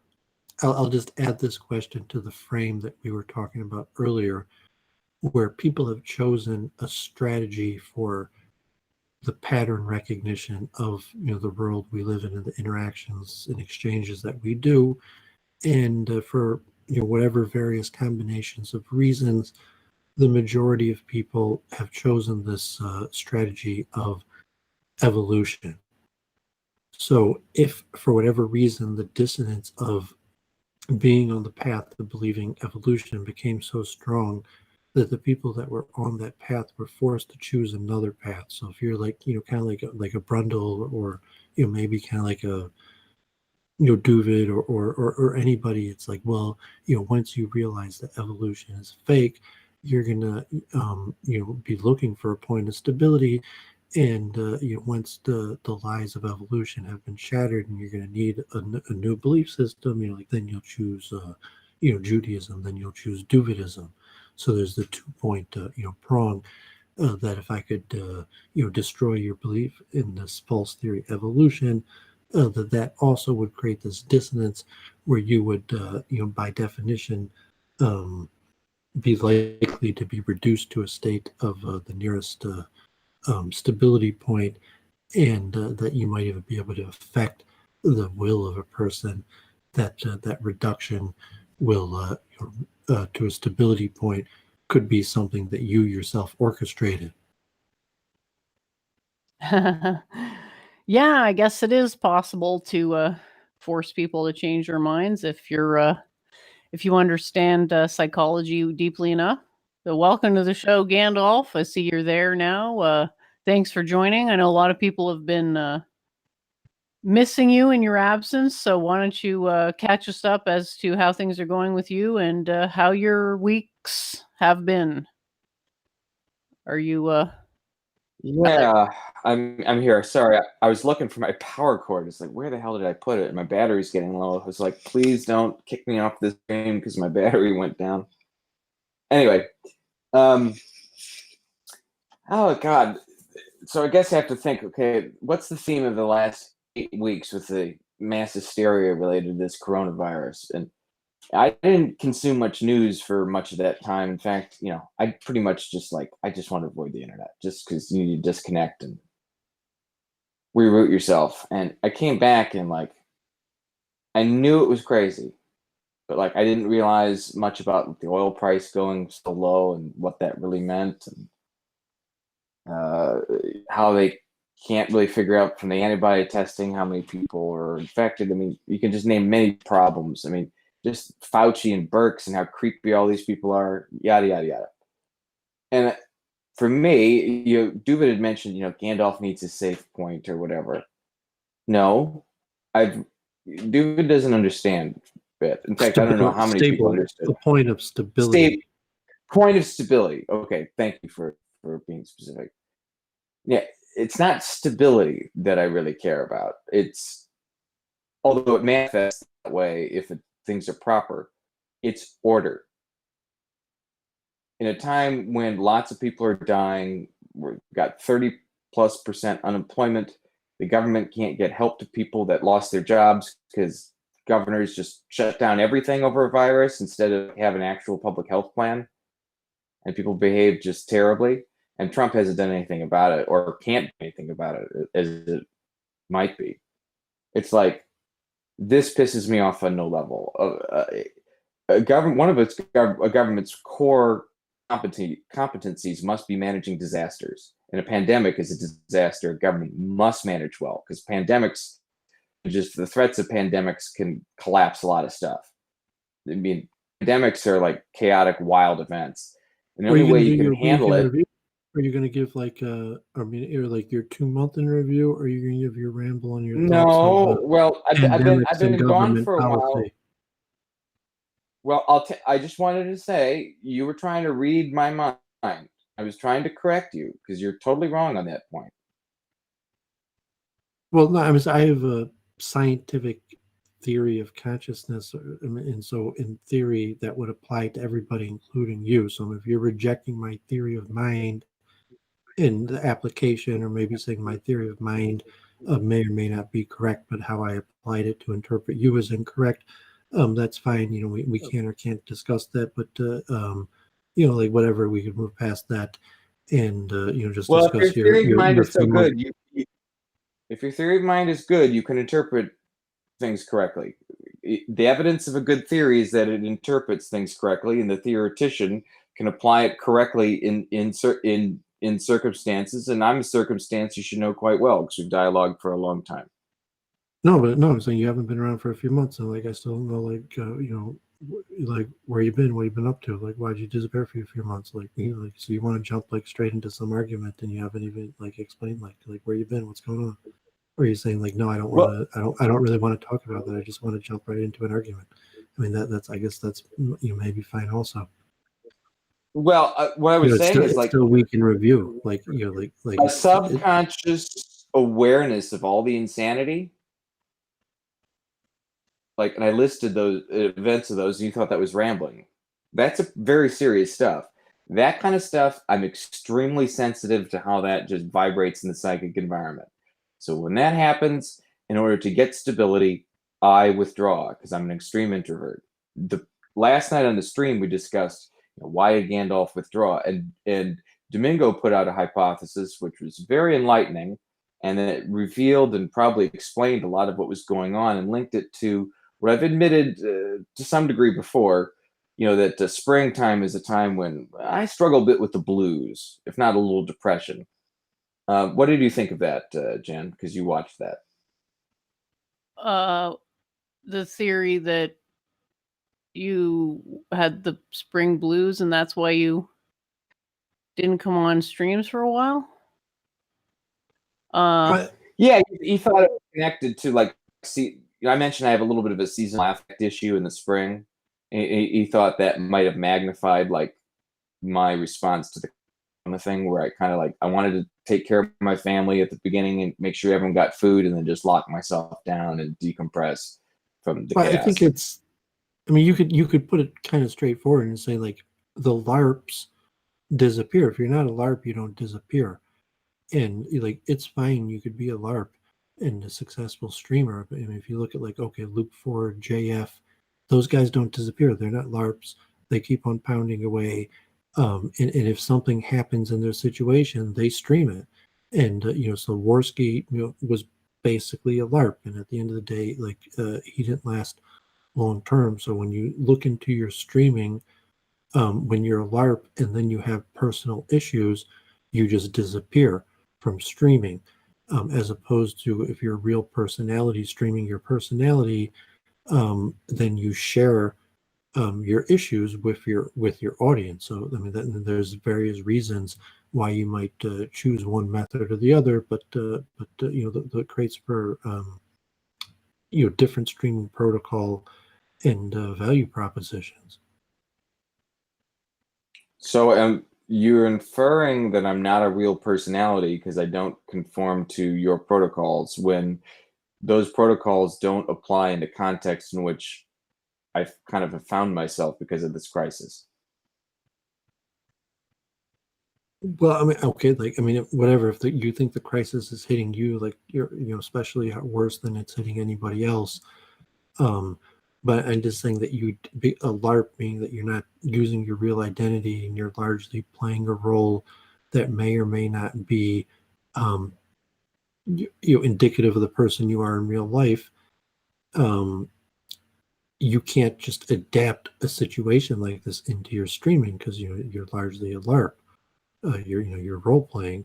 So as opposed to a person who's not LARPing, whatever the situation, they just incorporate that into their streaming. You say, okay, like, obviously, you're not going to show for whatever you're not going to show your mom and dad on your stream. But you're saying, like, if you were in a different situation, you'd be like streaming, you'd be like, oh, like I'm streaming from my mom and dad's house, like, say hi, mom and dad. You say, like, no, but that's not the kind of streamer you are. No, I'm not that kind of streamer because I stream.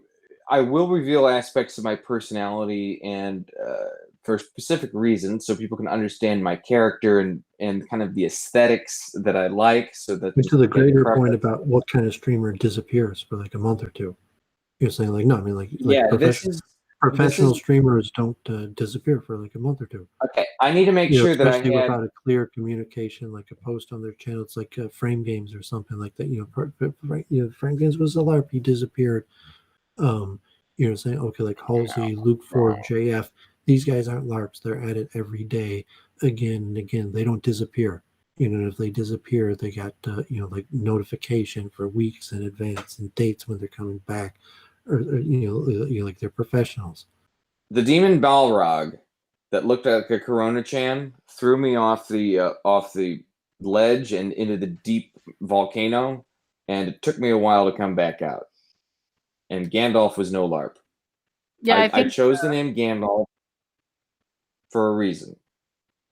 I think what Doovid was saying earlier about the dissonance is that dissonance is why, like, we can give different reasons as to why you took a break, but ultimately it's a question of dissonance, and I would speculate that it's because your safety imperative felt infringed, i.e., you felt that this corona crisis was posing a threat to your physical safety, and so you acted in such a way as to minimize that dissonance, and for whatever reason it took the time that it took to overcome. So I think that was what he was I mean, correct me if I'm wrong, Doovid, but I think that's I what mean, you why were would the trying to say. minimizing of his distance mean disappearing from the internet? So, like, obviously, okay, he feels more safe um, without, he's more connected to his family and parents, and saying it's going to be a big dissonance, like, talking with OV, while you're like,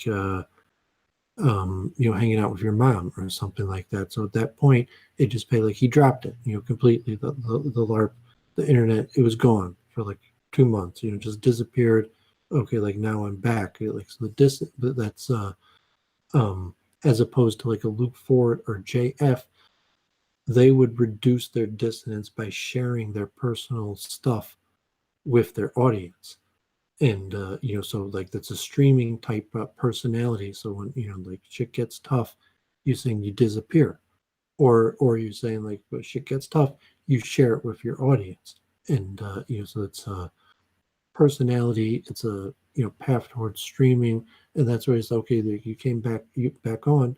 You don't have to discuss it, but, like, it's just like the obvious question, like, okay, so it's related to a psychoanalysis, and it's like, okay, you're not really given a clear, like, explanation that's understandable Psychoanalysis to is me such bullshit. or It was anybody. invented by a cokehead who wanted to screw his mother. But what I'm saying, because you're not giving a coherent explanation for why you behave the way you behave, so someone like Doovid could come along and say, okay, like, Gandalf said, Doovid, but you're assuming that for whatever coherent. reason, he can't coherently describe why he behaves the way he behaves. And Doovid has these general theories on behavior and psychology and how the mind works, that Doovid is going to postulate an explanation for why you behave the way you behave. And someone who knows you might look at Doovid and say, like, actually, like, even though, Doovid is, I'm going to go with his explanation. I think it's a better scientific explanation to explain the behavioral pattern.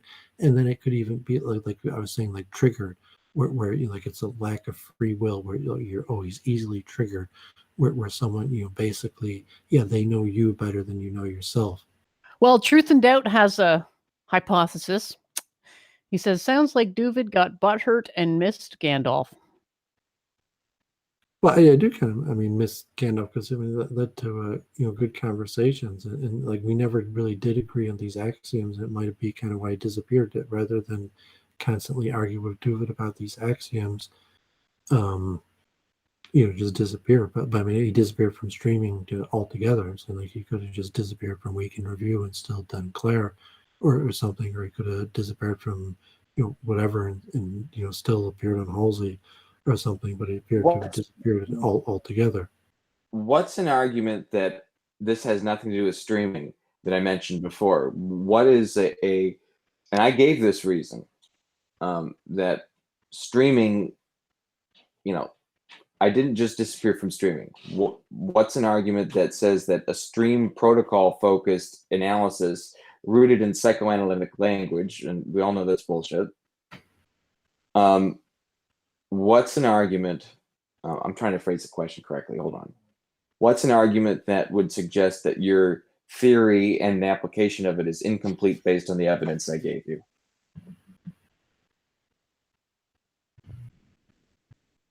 You want me to give evidence that my own theory is incomplete? Yeah, from the evidence I gave you, because I didn't just leave streaming. What else happened? I said it earlier. You're trying to give me, like, some tricky quiz or something, like, Well, you know the answer because you've seen me on other platforms. What happened?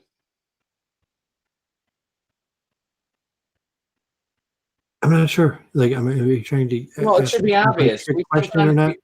we sometimes talk either by email or Facebook. I think it's usually Facebook, Normie Book. And I wasn't on any of those platforms. I was nowhere. I wanted to just completely avoid just electronic stimulation. I am a huge introvert. I have my own personality. I manage my own kind of psychology in a certain way. Springtime, which I've never been a streamer during springtime. Springtime is often a time I heavily withdraw. It's just how I handle spring, because as I explained to Domingo, there's a hierarchy of seasons, and there's a science behind why I like certain seasons. My favorite season, Doovid, guess what it is? Winter? Oh, of course. And it's not because of Christmas. It should be Yuletide. I hate Christmas with a passion. I don't want to see that fucking rebel hippie rabbi on a stick with all that blood all over the place. I just want Yule and like Odinic kind of Santa shit and green. That's all I want to see at Christmas. Anyway, Yule is what I should see. I like Yule. I like snow. I like cold. I like moonlit nights on negative 20-degree weather. That's where I'm happiest. That should not surprise you. And the reindeer, nature. What do you think my second favorite season is? I don't know why we're doing the guessing game. Well, Domingo, if you followed the stream yesterday, Domingo mentioned what they were and why. And no, you didn't. You think you can psychoanalyze me. You do think you can psychoanalyze me. That's why we're playing the guessing game. Done your week in review. Like, you know nothing about my personality. You like to psychoanalyze me. I know what's going on in your mind. Well, I mean, I have limited time. Like, no, I mean, I didn't watch the stream yesterday. I'm probably not gonna have a chance to, get that's like a week in review. Like, so we already wasted 15 minutes with this back and forth, and saying like, no, I mean, week in review, like condense it into like 2 to 5 minutes. Like, I'm talking about what happened yesterday on over 14 hours. That's very difficult to convince to go and condense into like 2 minutes. It was an epic stream. Like, it was a stream that could be like 1,000 years in review. It was that good. Yeah, even OV at the end was wanting to figure out why Boolean logic didn't work. So, I mean, no, we're talking OV was interested in Boolean logic. I literally, I don't know. Was on Claire's channel? No, this is on OV's channel. We streamed for somewhere like 10 to 14 hours yesterday. You're saying your epic comeback into streaming is a 14-hour stream on OV's channel? That's like, Claire and OV. We switched because Claire fell asleep at the switch. And okay. Yeah, we talked about so much stuff. Like, if you had seen that stream, you would have learned a lot more about Gandalf. If you thought you knew me, you didn't. Well, I don't have that kind of time to invest into studying Gandalf. Well, we once spent a stream where you and I indulged and probably shouldn't have. You just wanted to pick apart, like, what kind of toys I liked as a kid or something. And I like thinking about what kind of toys people have as kids. So I wanted to analyze what kind of toys I had as kids, but you just wanted to do a psychoanalytic thing about it. I didn't want to do that. I just wanted to see, okay, what kind of person, what kind of person like me likes, why do some kids like me like, say, Tonka trucks, and other kids like race cars? I mean, are there different sets of personality particles, for instance, that would make an earth mover kid versus a race car kid? I mean, that's the kind of stuff I think about when I think about what kind of toys a person has. You want to figure out, is it like you have a certain That's exactly what we were discussing earlier. That's the Etsy host. And that's exactly what we were talking about earlier. But me and Jennifer usually refer to these in like a scientific spiritual language. So I was talking earlier, the Etzimahus, the essential character of a person that remains the same, and there's different ways of getting at that idea. So that's what you're describing, that essential nature of the person, that one person likes this toy and the other person likes that toy, because there's some sort of genetic or spiritual essential nature of the person. And we were discussing that earlier, weren't you? I mean, I guess you weren't listening. You just came on. You weren't listening to the show before you came on. It's like, no, I mean, like, no, I'm not, like, don't expect me to I was watch listening extremely carefully, and there's a reason why I'm pursuing the questions that I am. But, well, I Okay. mean, but I say, you know, this week in review, and me and Jennifer have our approach. So, being a bit Socratic with you, Doovid. What you know, you like, you know, what kind of soul do I have? If you wanted to identify it with an ethnicity, because I'm not purely of this ethnicity, but my soul is mostly what? I don't know. I'm really not interested in the guessing game, man. Like, Jennifer, you know what's going on? You already know this stuff. Like, this is obvious stuff. This is like, is the sky blue? Like, yeah, I'm trying to do a week in review here. I'm not sure. We are doing a week in review. We discussed all this kind of stuff on a 14-hour stream yesterday. Yeah, so like I would try to give you your opportunity to, you know, in a few minutes to you know, give over you know, some of the stuff from that stream, and instead, like, you're asking me questions. Like I was saying, like, I don't get it. I don't want to play this question game. If you want to give over you know, a few minutes of kind of the stream, but no, like, I'm not really interested in this, like, you know, like whatever game you're trying to play. We can go. Let's go back to the long discussion about Gandalf and the seasons, because that's maybe a better place to go. So, well, my second favorite, I'll just state it. My second favorite season is fall. Third favorite is summer, and of course, you know, the one I hate. Like, I don't hate. I don't. That's too strong a term. I just feel weird in the spring, and I love winter. Just keep that in mind. So there's kind of a little bit of an extreme continuum between my love of winter and my dislike, not really hate, but dislike and discomfort with spring. And so that, if you wanted to understand, like, what was that term you just mentioned about what the essence of a soul is? Etzem Mahus. Etzem Mahus. Where does that come from? Is that Hebrew? Hebrew or Aramaic. Etzem, E-T-Z, Etzem Mahus, the essential character, and saying that it remains the same, that and that you know, could go for incarnations, that it's an imprint from your previous lifetime, why one person likes one truck over the other, or, you know, it could be from, you know, wherever your understanding of the origin of the soul, or it could be you know, genetic. And we were discussing earlier about that component of Christianity, that that a lot of these things you say, oh, it's, you know, European Christian character, that a lot of that could be you know, sort of say genetic, or even incarnated, where it's a natural character that you could somewhat scientifically test by, like, you know, a person raised as a Hindu in India might still demonstrate some of this character, even with absolutely no nurture training to act in that manner. Well, I think I have a pretty good idea what my past life was, and it's a very haunting one. So I definitely can see how, like, reincarnation can play into figuring out. Sadi, but so it's Etzem, so you have to get the TZ, and I forget if there's English words that have the TZ or not. But very few. It's interesting. It's an interesting observation. It's like different language families form different kinds of sounds, like different kinds of clicks, different kinds of fricatives, different kinds of vowels, different kinds of elocution. Like, it's very interesting. Like, you can almost kind of detect by instinct. I mean, I do way too much by instinct and not enough by higher meta analytical processes. I'm trying to link observations that I figured out by instinct and just observing patterns and whatnot, and seeing if I can put them together in bigger puzzles that are coherent, at least at a narrative level.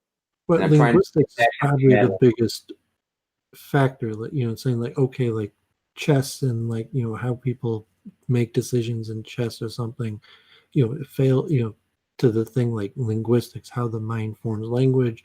And obviously, you know, Noam Chomsky gets his rise to fame for, at least for a period of time, seeming to have the best theory on the market for how the mind forms language. Although now a lot of his ideas have been amalgamated to different theories, but his main tenets have been rejected. But for a period of maybe even decades, he had the best theory on the market for how the mind forms language, and so that's certainly a recurring issue on Week in Review. Probably something we should spend actually more time talking about, because the enormity of the importance of the field in linguistics versus the time we dedicate is probably not demonstrating the true importance and enormity of the field of linguistics.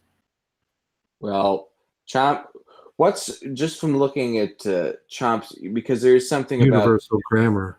That's kind of the idea that there's an innate, inborn, universal grammar that children don't learn the whole system of language from patterns, that there's these pre-existing genetically patterns in the mind of a certain syntactic and organizational structure for language.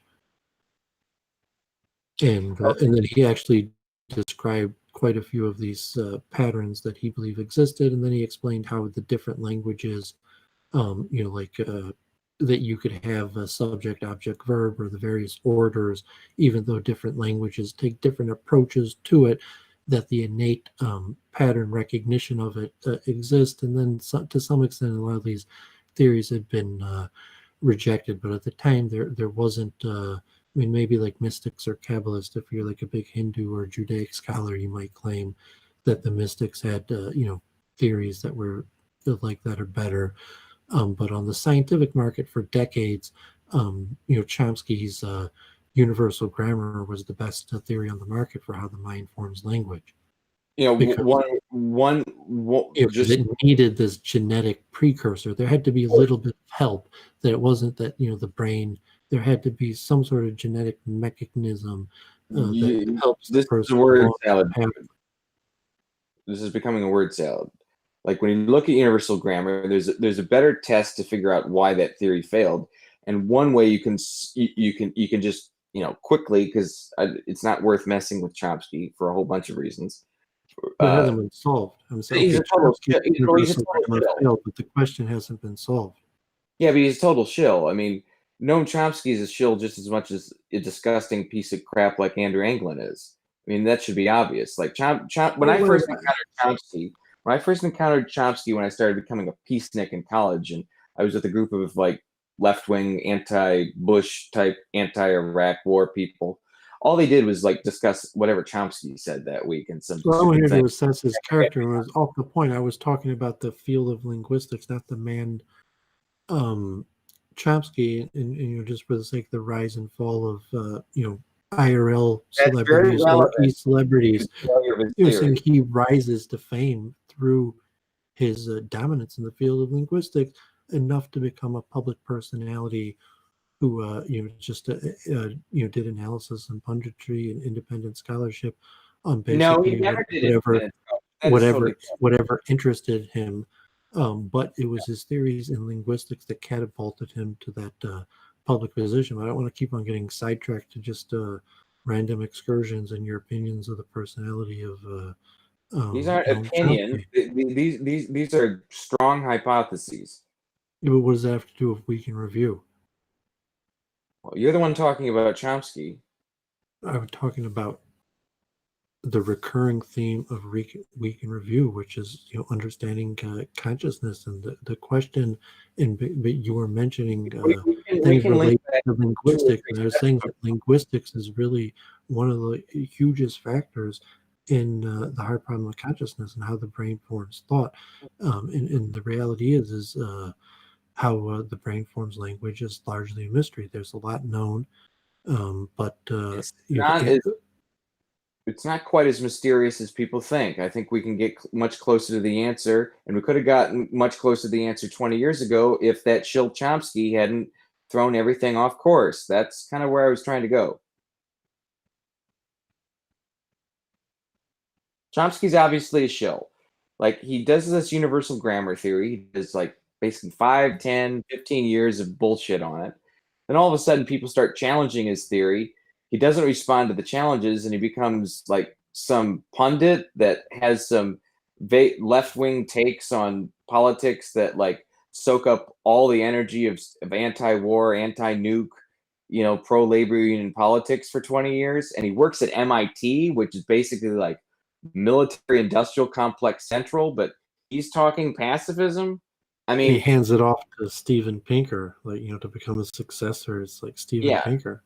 It shows that he wasn't serious about linguistics in the first place. And the fact that he spent a couple decades being the quote unquote leader in the field while he's probably getting military money from MIT. So why did MIT want him doing universal grammar? Because the money is what determines what gets researched in science. Everyone knows that. That's why science sucks right now, at least the establishment. I'm going to give those and then you look at, like, all of a sudden he switched into a field in which he has no sort of demonstrated expertise, but becomes like basically the voice for like all the anti-war people for like a quarter of a century. I mean, for that reason, like, obviously a shill. Like, Chomsky should just be rejected almost out of hand if you know that stuff. It speaks to credibility. Okay. So that's all you got, Gandalf? So you're back. Yeah, I got. That's not all I got. No, it's not all I got. Jen, what do you think? I want some help, or at least your opinion. About what? Am I trying to like connect things together? Am I trying to be a little bit better with meta-analysis? I'm really trying. I'm not trying to be a pundit. Like, it's difficult for me to be subconsciously aware of when I'm shifting frames there. Well, I think it would have been good to just do the week in review part first and then conclude that, and then we could have moved on to meta-analysis. It's sort of like hard to follow because it's been sort of drifting between them. But just to comment on something about linguistics that Doooovid said that I thought was interesting about how we don't really talk about it very much, but it is actually a very important subject. I mean, obviously, words matter, definitions matter, and so forth. And I think one thing we could look at is the existence of what are called onomatopoeias, which are words that sound like what it is that they're describing, and then go a step further and ask ourselves, would an onomatopoeic language indeed be possible, i.e., every word sounding like that which it was describing? So that's the belief of the Sanskritic language, that it is indeed onomatopoeic. And you can also look into physics with something called natural frequency. It's this idea that all things have at least one natural frequency. So there is like a physical truth to that idea. So I'm not too familiar with Chomsky's position on, what was it, like a universal language, or what was it you guys were calling it? Universal grammar, which he thinks there's like some inbuilt universal grammar that every person has or something. I don't remember what it was, but I mean, you just look at what Chomsky was like, and the fact in that line with what we've been talking about for it was a the last few weeks, it just saying that language is a huge organizational structure and hierarchy of patterns, and Chomsky's saying that a lot of those patterns, higher level patterns, are innate, and then he hypothetically like he's kind of like Freudian in the sense where it's not like a neuroscience now, where linguistics is more in the field of neuroscience and like a Freudian armchair philosophy.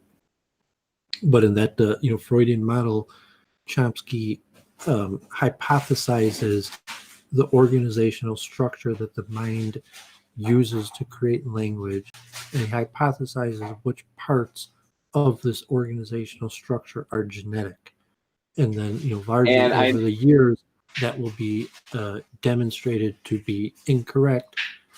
However, it basically creates the science of linguistics, and it's one of the first real theories of how the mind creates language. And obviously the Vedas and the Kabbalah have different theories than what it's like a Kabbalist. You could say it's a science of language, but the Kabbalists, like the Acharyas, you say that Hebrew, it's some sort of vibrational energy where the letters are some fundamental building block of reality. And like I did my stream on Edenics, where you're saying that no, the Hebrew letters, like you said, Lamed Vav 36, actually represents the essential reality that the thing is. And you say, what's the essential reality? You say, oh, it is actually the Hebrew thing. And obviously, any belief system like Sanskrit or Latin or whatever, if you're claiming, like the power of mantra, it goes together. And we started with the science of music and kind of like the journey up and down, but that vibrational energy that the spiritual scientists have been saying for generations, and then you compare that with so to say the first quasi-scientific theory, by Chomsky. Quasi-scientific is not scientific. Chomsky, at least, I first encountered him from his anti-war stuff, so I could tell how he wanted to argue. And you can't be a good scientist if you can't use logic. And he doesn't do inductive reasoning well. He never proposes experiments, or at least if he's writing about anti-war stuff, he just kind of just makes assertions about like relationships between actors of all kinds on the world stage without really knowing like the kind of relationships that really exist. He doesn't understand geopolitics. I mean, a guy who can't publish a book and using logic and be evidentiary in one subject is probably not going to that way. Actually, a book he wrote. So like, obviously, he put a few years together and he proofread, and he had colleagues and other people to produce a book, grammar that may have errors, but largely represent his idea enough that his theory became the dominant theory and largely was the creational theory of the academic field of linguistics. That although people had thought about it in previous forms, my grandfather's grandfather was a philologist, which is similar and embraced a lot of linguistics. That Noam Chomsky, regardless of your opinions of him, is the father and creator of modern linguistics. And the whole field sucks. I've been in academia, okay? I've had experience with these kind of people. I mean, I didn't really understand what that experience was because I was too goddamn idealistic when I was younger. Now I do, and I absolutely despise the modern academy. Like, I think it's just a bunch of trash. Like, the modern academy, like, a lot John of it. McWhorter, is he there at Columbia, or is he at the New Yeah, School? his stuff is garbage. I mean, there is like almost nobody in the Ivy League. I watch him on YouTube for Blogging Heads. Blogging Heads. That channel is so lame. Their debates are just liberal, liberal masturbation. I watch almost all the John McWhorter ones. Yeah, they're retarded. I've seen John McWhorter in other forums. They're just retarded. But yesterday, I gave an explanation of why, like, the scientific establishment, universal grammar is an important question. Obviously, they failed there, but they failed brutally on climate change, which I studied from an environmental policy perspective when I was at an Ivy League school. I was at Columbia specifically. They failed brutally. I remember I was at a lecture given by Nicholas Stern, Lord Stern, some British Jewish economist, I think at London School of Economics at one time, and he wrote the Stern Report for the UN in like 2007, I think, and he was talking about comparing carbon tax policies with cap and trade policies. And I was at his talk, and every time there was a talk when someone came in there, I made sure to ask the question that would get the audience to see if this person was really full of shit or not. Because I was angry when I went to Columbia that no one wanted to look at my project for how we deal with climate change, is how we connect climate change to limits to growth. Like, Jen, isn't that the kind of thing you would love a graduate student to do if I were like 20 years old or something? Like, I wanted to solve the climate change problem. I wanted to get the science better. We had a model that sort of could have worked. We could make it really robust. And we used that model that's far more robust and focused on right issues than the bullshit they were doing then. And, that can determine whatever financial policy we need. Like, that was my intent. And shouldn't that be what the kind of intent of a grad student is? I mean, I probably would need a lot more mentoring, but that was kind of like my intention when I came there.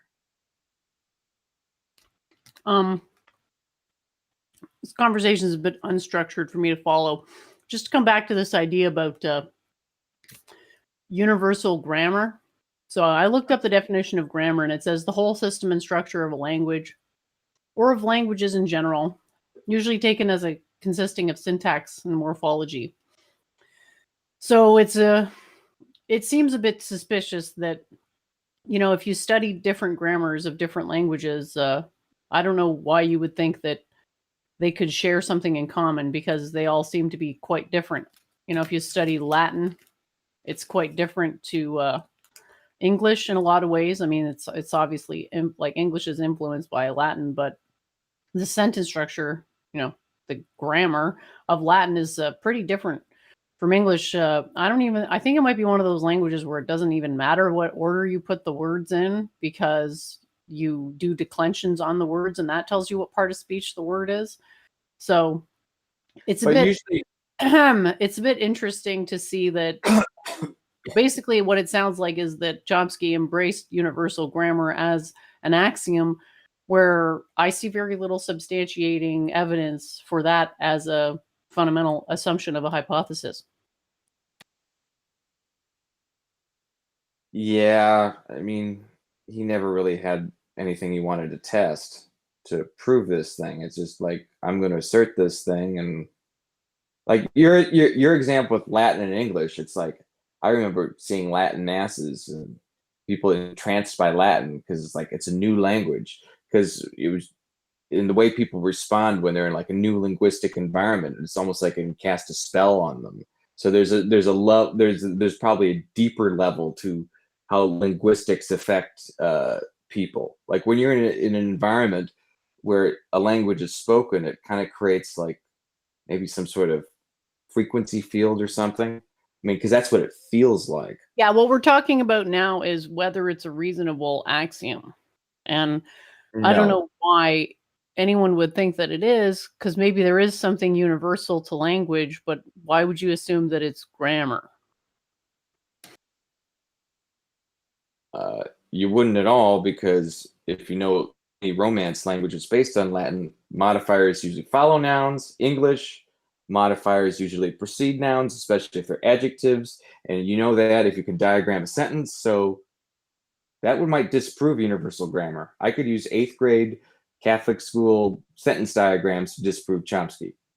Well, I don't think you can I don't think you can disprove it, but it's it's a very counterintuitive and odd position to take, because it doesn't appear to have much support. Like, you even look into the Asiatic languages and the emphasis that they place on tonality.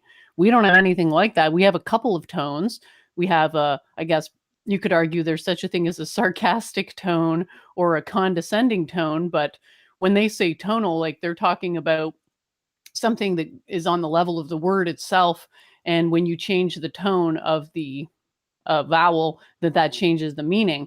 So it's just very strange to posit that there should be this universal grammar, and maybe I'm just not understanding his position well enough, but there does seem to be a plethora of rather strange axioms in a lot of these theories that are not really open to being questioned.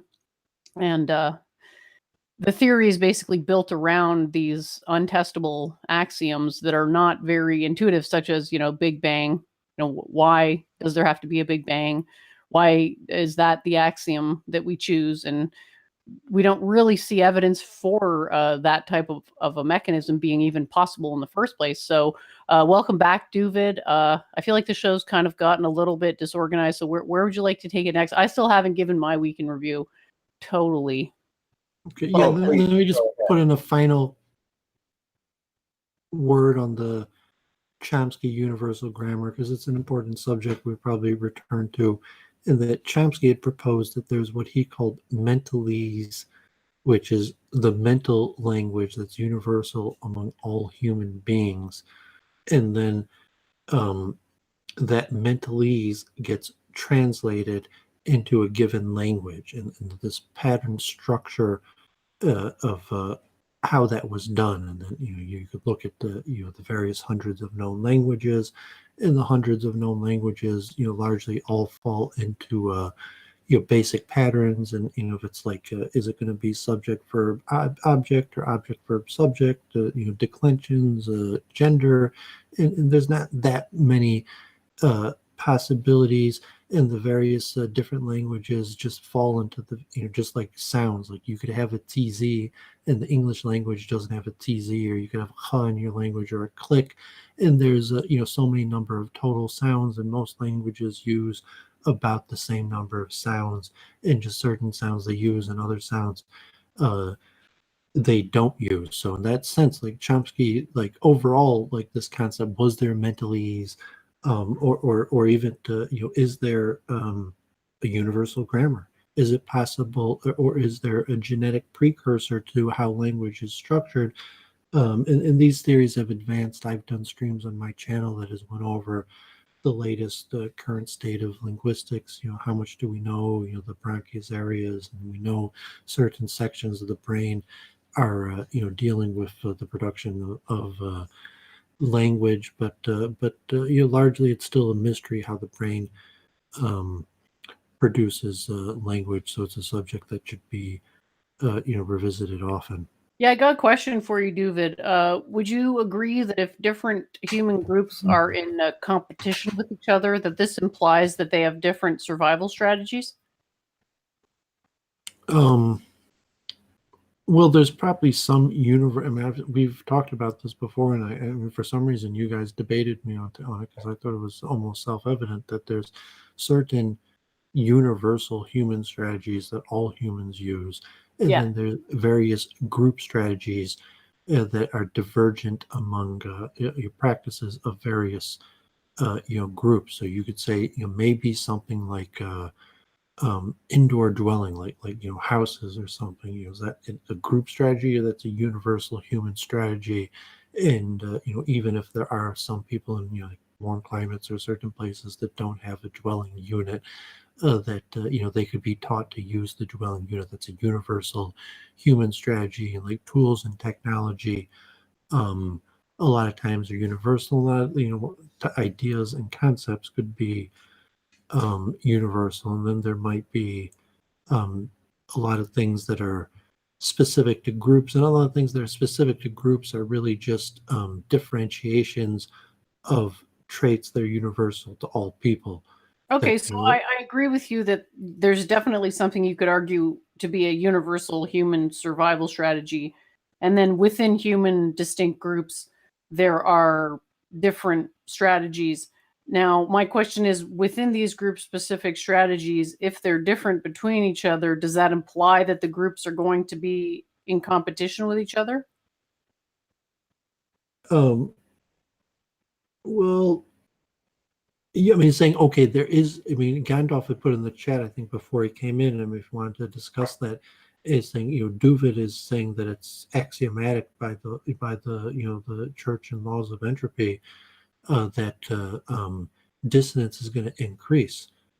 So, to look at it, that there's automatically, competition is an interesting word. Like, what does it mean? But if you're saying that there's going to be increase in dissonance, and there's going to be conflicting between strategies, because different strategies will be producing different results. And, if you wanted to put it in pure scientific mathematical terms, you're going to have a whole bunch of vectors, and all those vectors are going to have momentum in different directions, and you might be able to reduce it to one state of one vector with an exact direction and momentum in one direction. But that vector is the composite of a whole bunch of vectors that include vectors that in reality were going the opposite direction. And so from that perspective of of mathematizing a scientific way of saying, yes, dissonance will increase, and there will inherently be competition and strife between people due to their choosing various strategies, but a lot of these group strategies have a strong proclivity, but they're not a guarantee of fate.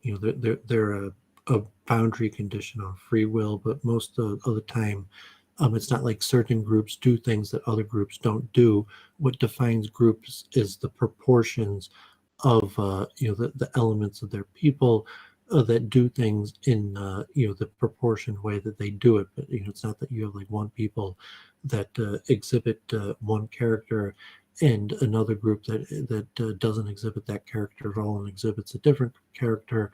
You have a national character that's more defined by a certain proportion of universal characteristics, and that implies that all these characteristics are essentially universal among all people, and all people could have varying degrees of these characteristics that make up the national characteristic.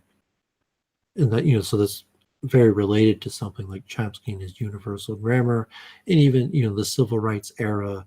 Think like Chomsky's The Jew, bringing in universal grammar in the time of multiculturalism, in kind of the tradition of the Frankfurt School and Marxism, type that where that theory is going together with these in line with these previous theories, and maybe even ushering in a lot of these more modern theories till today, like even that Chicago the Obama guy or whatever, but might also be largely in line these political sociological theories that might be an expansion of Frankfurt School that was only possible through the works of Chomsky and universal grammar. Yeah, it's funny how when they try to multiculturalism, like Chomsky proved, dumbass, like aren't you some kind of idiot? Don't you know Chomsky proved multiculturalism scientific fact?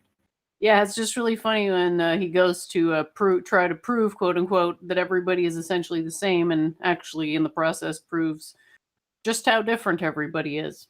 I was just really commenting on how strange of an axiom it was to assert a universal grammar when, if people have different group strategies, that implies that they form their thoughts differently, which implies they have different beliefs, which seems to suggest that universal grammar, at least on that level, would be something that would continue to elude us for so long as there was competition between distinguishable groups. Yeah, I mean, Chomsky doesn't talk much about group strategy, but interesting that his, basically his successor, his star pupil, Pinker, is the leading critic of group strategy, and Kaufman's and the Kaufman's critique is believed to be connected to Pinker. So to think about it in the schools of thought that of Kevin McDonald versus Chomsky, and you're coming out that Chomsky's in this Frankfurt universal school of besides maybe the Jews who have some sort of like magical third soul, that basically everybody's the same, and it's now scientific because you could scientifically demonstrate that the brain has a method of producing languages, and it's actually been shown that any person from any ethnicity can largely pick up a language if they're raised in that circumstance. And so a lot of although Chomsky's theory about a mentalese and universal grammar may or may not have been proven, that people had thought that like Africans will never pick up English, or like a Chinese person born in America to English speaking parents or something like that. So a lot of these things that people had assumed learning languages was much more difficult than it was, or that the ethnic character to speaking a language was much more, and so Chomsky's also in this line of the push for multiculturalism, or global homo for the pejorative you want to get. Yeah, and the funny thing was when you pointed out how Kaufman's critique actually is providing evidence in support of Kevin McDonald's position, a fact that many people missed, unfortunately. So it can be very interesting when we set out to prove one thing and actually end up proving something else. So yeah, we'll have to take a look at this more deeply in the future, this idea of language and how it's constructed exactly. And I think it'll tie in nicely with some of the other themes that we've explored on the show. Yeah, so, yeah, it's really... go ahead. Yeah, so like the when you over the maybe next few months or whatever, in the perspective of the hard problem of consciousness, if you put in like what percentage of linguistics is at the core of it, and it might be quite a bit, like as opposed to mathematics, and say no. I mean, the Center for Linguistics is maybe even tens or even times bigger than the Center for Mathematics, and from the neurological level, and the studies that are possible for what parts of the brain deal with what things. There's a huge part of the brain that is involved in language. Well, yeah, and you even have to look on an even deeper level and we have to ask ourselves, like, is language step one, or does language come about because of some other processes that are precursors to language? So it's just basically answering the question of, like, how do we actually form thoughts? Is language the first step in the thought formation process, or is it more of some type of visualization or shape, or even something more subtle than that, where it's like a subconscious or semi-conscious pattern recognition faculty? So it will be very interesting to go into all the different possibilities on that, and actually be able to test the truth models. hypothesis. You'd have to look at, does thought arise from the brain versus does thought arise from some spiritual realm, in analyzing those various fields. And the science of current universal linguistics are all going to go with the assumption that thought language arises from the brain. And of those schools that think language arises from the brain, then it's a question: do things like logic and mathematics and other things arise from a separate function of the brain, or does the function of logic and mathematics and these various things arise from the same function of language? And that's an interesting current hot area of research. Did you finish your week in review yet, or I forgot? I think I was almost there. I talked about my stream marathon for the Gandalf return party from yesterday, which was a lot of fun. Other than that, working on the blog, but haven't put anything out new this week. I did do a piece on what I talked about on JF, which was last week, but it's very technical. So unless you're interested in technical physics, it's probably not going to be super interesting for you. But the two posts before that about rational emotionalism and climbing out of the behavioral sink, I think they really tie together a lot of these ideas that we have seen lately. And I hope it What's the clears thing about things up. technical physics? You're saying you're going to be on a show this week or the week before? No, sorry. I put a post on my blog last week to go with my appearance on JF. So I was just basically talking about cosmology and how planets and stars and such are formed.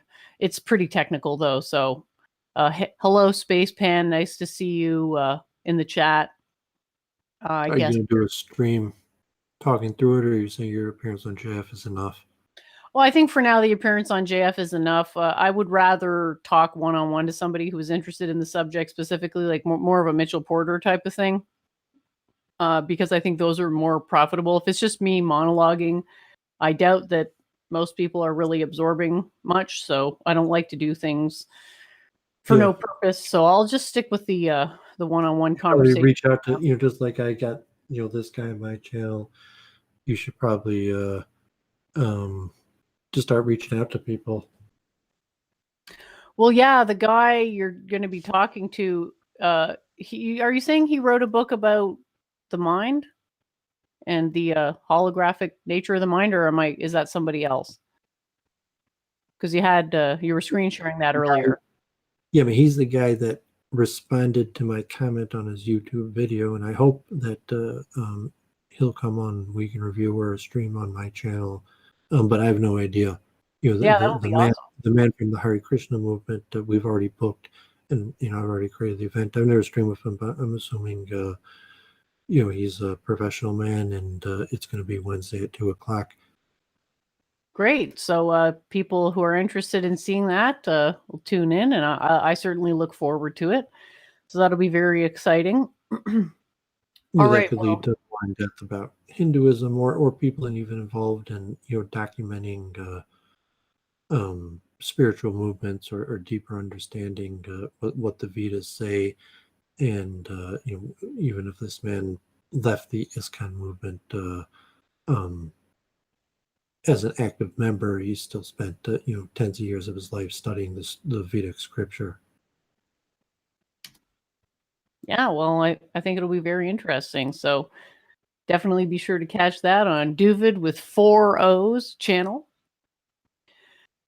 Yeah, so I can play a little clip of the show we were on yesterday, just a couple minutes to see. There was quite a few people that showed up. Elliot, OV, Domingo, Norvin came on. Not this stream, but just throughout the day, we got a chance to talk to a lot of people, Conops. So a lot of the fan favorites have been orbiting the stream, so to speak. So if you guys don't mind muting, I'll just play a couple minutes of this clip here, and we can have a chat about it. I turned it around on Claire, who was harassing me, and said, how can you claim that he's an asset to me when you've insulted him so many times? It seems you want to have it both ways. It's terrible that he supports me, and then it's terrible that he's gone.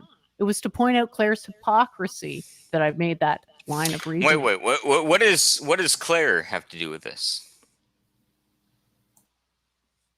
It just seems like you're trying to start some shit between Gandalf and I, and what I'm saying is the conversation. I'm just trying to. I'm just, like I said, I'm just trying. I've got some questions from some people that I know that are curious. They're not necessarily questions from me. They're questions from other people.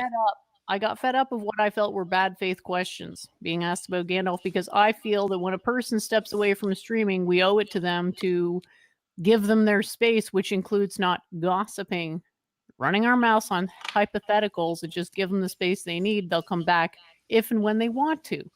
Has always been my position. Keep in mind that I disappeared at a time when all the rumors were about National Guard troops in the street, people being seized out of their houses. No one believed anything. People behaving really strange all around me all the time. And how am I going to get enough food? Like at that time, all right, considering that we not only have streaming life, we have real life. Dude, where's fucking, what's his name? Fucking dude, Jesus Christ! Oh my God, I'm a little bit fucking drunk, but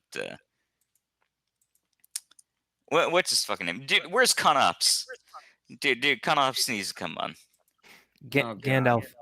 Is that what do we need Conops? Yeah, we really need Conops on the stream. Can we? I want to get back on this on your sort of different variety of seasonal affective disorder. How long ago, when did it start, like spring being associated to like negative feelings? Well, I wouldn't say negative feelings. Like I'm kind of stumbling around for the words to describe it well, because it's difficult to explain. Yeah, but you realize that So there we go. That was a quick little clip of our conversation, which was pretty low key and chilled out last time. So hopefully people enjoyed that. It's great to have Gandalf back, and yeah, hopefully we can keep working towards a model of meta-analysis for the Week in Review. And yeah, Doooovid had a funny hypothesis that he thought Gandalf was going to come back as a, what was it, a Reformed Christian fanatic or something? Born again. Or maybe Orthodox, Jew, I'm not sure, but born again in some way, that somehow you would find God in the middle of all of this. Well, I've never been an atheist.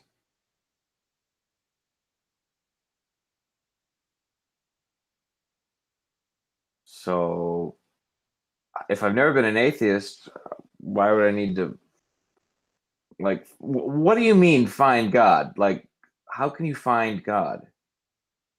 Like, as you see it. Like, I'm not understanding the term. I'm not meaning to talk to you. In one way, if you were an impersonalist, that whatever your belief in God was an impersonalist belief, so you became a personalist when you found God, where now you just don't believe God, you found God.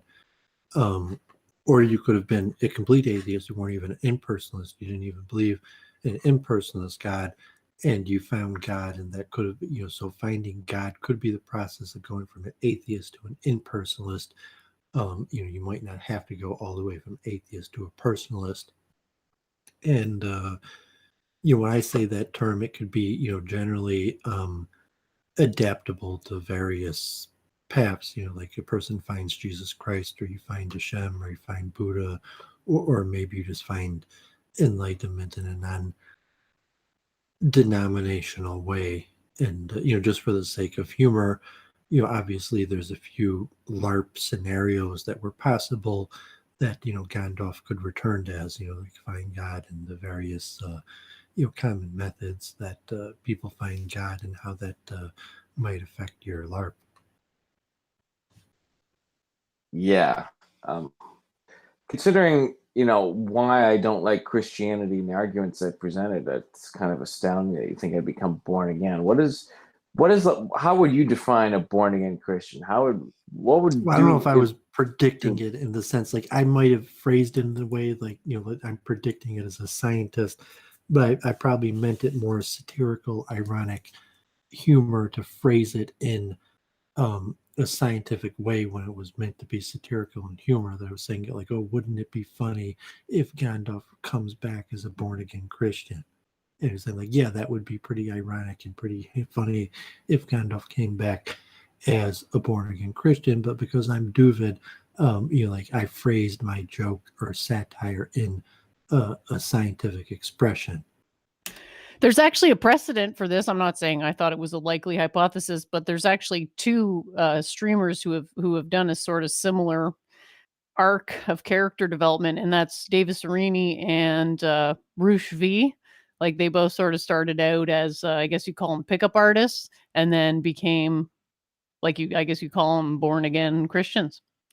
So it's an interesting trope. I'm not saying it applies to Gandalf, but yeah, there is a precedent for it. So always funny to hear jokes. Yeah, and sometimes the biggest shifts in strategy are, the most shocking, the most interesting. That you're saying, oh, what the least thing that you would expect. Like maybe, Gandalf said, like, damn it, I'm doing it. Like I'm learning Hebrew, I'm becoming an Orthodox Jew. That would in fact be less surprising than Gandalf becoming a born again Christian. But that's why for the the LARP value of minimal humor, the bigger dissonance, is gonna derive the bigger reaction. So go full steam to him becoming a born again Christian. Yeah, and that's what Luke 4 did, right? He converted to Orthodox Judaism, and it sort of makes me wonder, like, if someone had known him well enough in his youth, do you think they would have been able to predict that would have been the way his life had would later unfold? And it's just interesting to see that he had a preacher father, and he does seem to be in some sense following in his dad's footsteps, because there is a certain preacher type tone. Would you agree that he has on a lot of his streams? Yeah, and it's saying, okay, maybe like Gandalf's personality type would be more like he would become a Hare Krishna. I see Gandalf as more driven by truth and logic.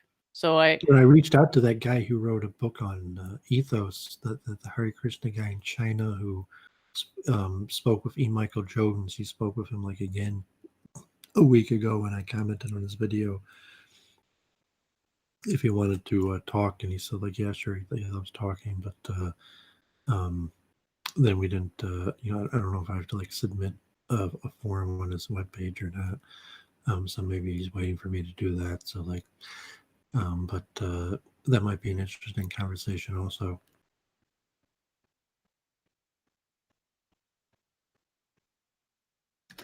Yeah, it sounds great. I definitely would tune into that. So what else do we want to talk about with regards to the week in review? Has anything else been interesting going on that you wanted to touch on?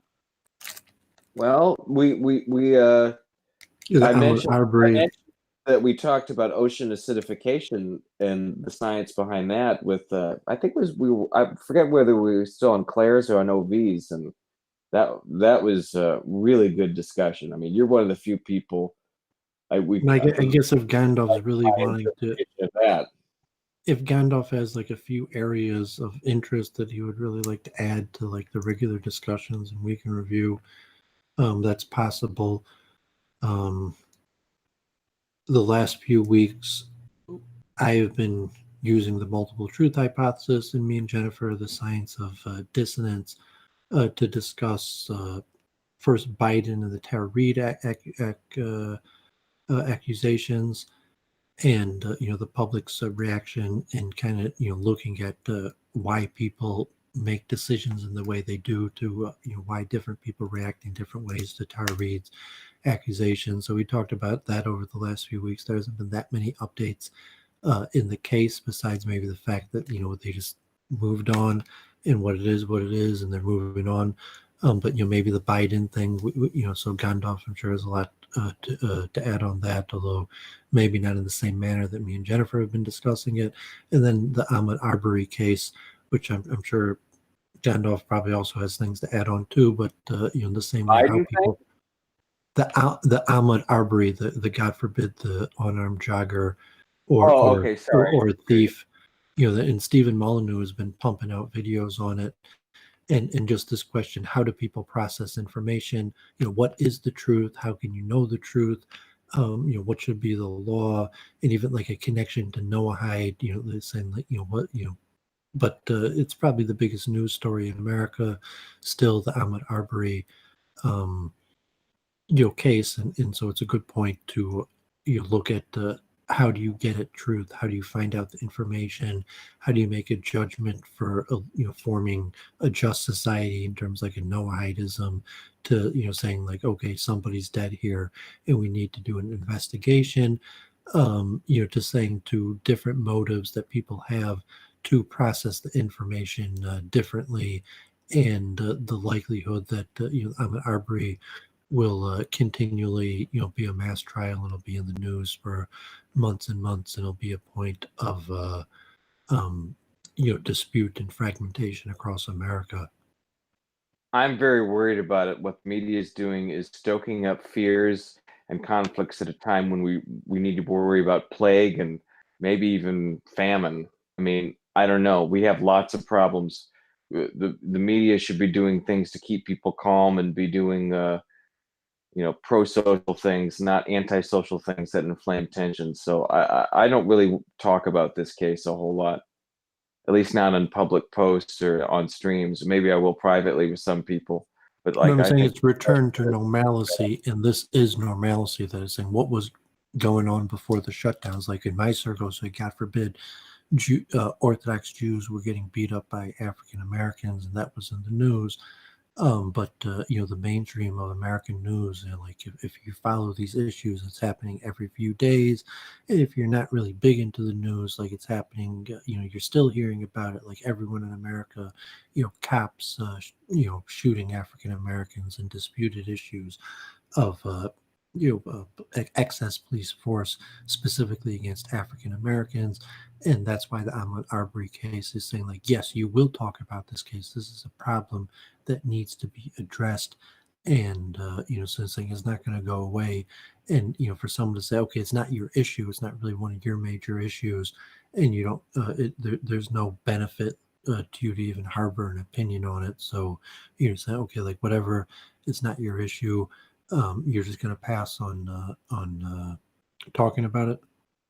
Because I do not want to contribute to the division that making one shooting in one part of the country the main issue. I mean, the number of people, African Americans, who are shot in my city every week is, very, very high. Why aren't their cases being the number one thing?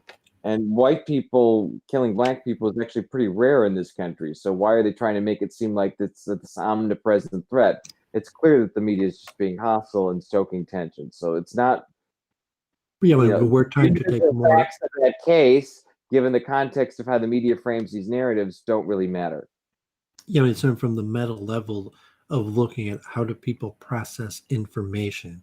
And if you look at what is the correct information, and then how difficult is it for a person to correctly assess the correct information versus how people actually process information and the idea in their head that they have of describing what happened. And that's kind of like your Facebook and YouTube, kind of like, we're going to give you correct thinking, that we're not going to allow you to choose your own content anymore. We're going to direct you. We're going to use like these algorithms for whatever you want to think you want to know about.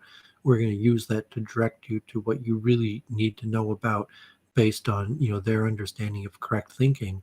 And that's kind of like the direction with coronavirus and COVID-19 and social media is taking. But there's a science of how people process information, and without talking like political and implications, what societies do, who's at fault, who's wrong, who's right. For the sake of Week in Review, we have been discussing the Tara Reid and COVID-19 in general, and Ahmaud Arbery more from the level of how do people process information. Another thing we've been going into is the degree to which narrative framing colors how people interpret particular information. And one thing that was interesting to notice about this jogging incident was that the memes came out basically instantly, and there were tons of them. I don't think I've ever seen so many memes come out so quickly about a story that was just developing. So definitely funny to see people who have basically rejected mainstream narratives on that basis, to see how they react to it. Go ahead, Gandalf. Sorry, we spoke at the same time. Yeah, I guess when I was talking about information processing, I should have used the term to be more parsimonious. Just the narrative frame. Can the media be trusted to make a narrative frame that is pro-social and good for people? And the answer, given the context of recent history with these kinds of incidents, whether they're real or not, just the impression they give is clearly no. They are not a benevolent actor.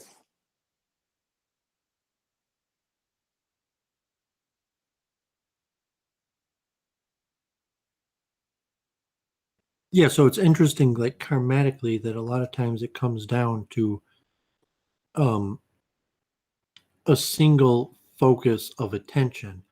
So people in their own life, okay, like you live in Chicago, I live in Detroit, and saying like, violence is not distant from us. There's, God forbid, hundreds of murders that happen in Detroit every year, and half of them go unsolved. And but it's distant from me. Like, like sometimes I see clips in the newspaper and thank God I'm safe and haven't had any problem or even close problems or run-ins for years, thank God. But that reality is close to us. And then, different things like racial disparities and different things. And then for whatever reason, a certain example of something that is indicative of a trend is risen up for all of society to look at. And there could be various reasons. If you say it's like a media thing, or it's just circumstances that somehow the video was released and the video went viral. They're saying the media attention in reality is minor compared to the viral spread of the video of the shooting. And in terms of how the people process information, it wasn't that the media spun this out of control and created a narrative. It's that there was a video of the shooting that was released, and that video reached tens of millions, maybe hundreds of millions of people that were just sharing some video of someone killing somebody.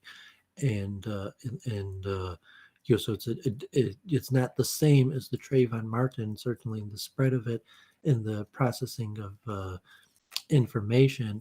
And then it's like I think it's the father, Gregory McMichael's attorney, said is that we know how the story ends, we don't know how the story begins, because we've all seen the video, we all know how the story ends. And the question is how the story began. And none of us really know. You could read the police report, but I say, like, what the hell do we know of like two people that we've never met, thousands of miles away from us in a different city?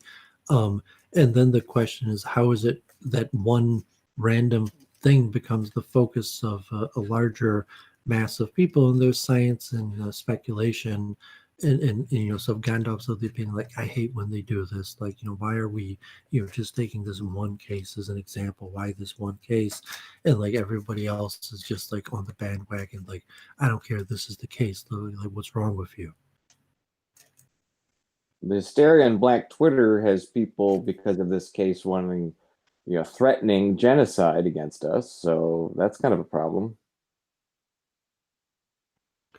Yeah, but you're saying, is that, God forbid, because of this case? Or are you saying that's something that really, it's a reality that we all live with day to day, and the reason why, like, so to say, a case like this is risen up is you either, you know, it's a warning sign or just an indication of a trend. And saying, so if you're in American culture, this is a common phenomenon. You're saying, like, oh, another you know, cop shot a black guy, you know, suspected him of being a thief. And you're saying that's an extremely common phenomenon that happens every few months. And it's just like, if you're a Jew, like every time a Jew gets beat up, like it's in your face, like, you know, Gandalf, I'm going to remind you that this Jew got beat up, and it's like, I had nothing to do with it. It's like, I don't care. Like, you must, like, make every effort to see to it that no Jew ever gets beat up again. And you know, saying like that, that's you know, it's upon you. And that's just you know, the cultural kind of narrative when these things happen. Like, it's upon you to stop this from happening again. And it's the virtue signal, basically, in the, you know, JF type terms. That, you know, people like Gandalf refuse to make that virtue signal, but that's a self-selection method that people will use to say, like, well, you didn't make that virtue signal, and that's all the information I needed to know about you to exclude you.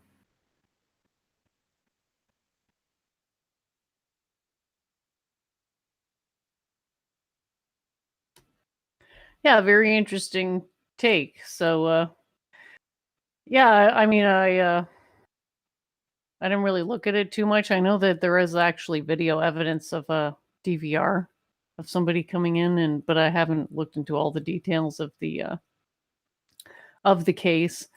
Sounds like it's lining up to be another.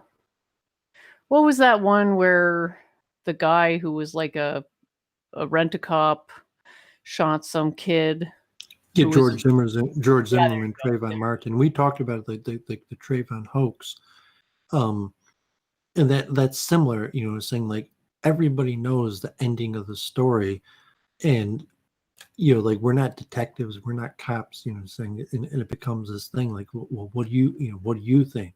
And just because there was a video that went viral, that everyone knows the ending of the story, and it's like, well, how much do people really care what happened?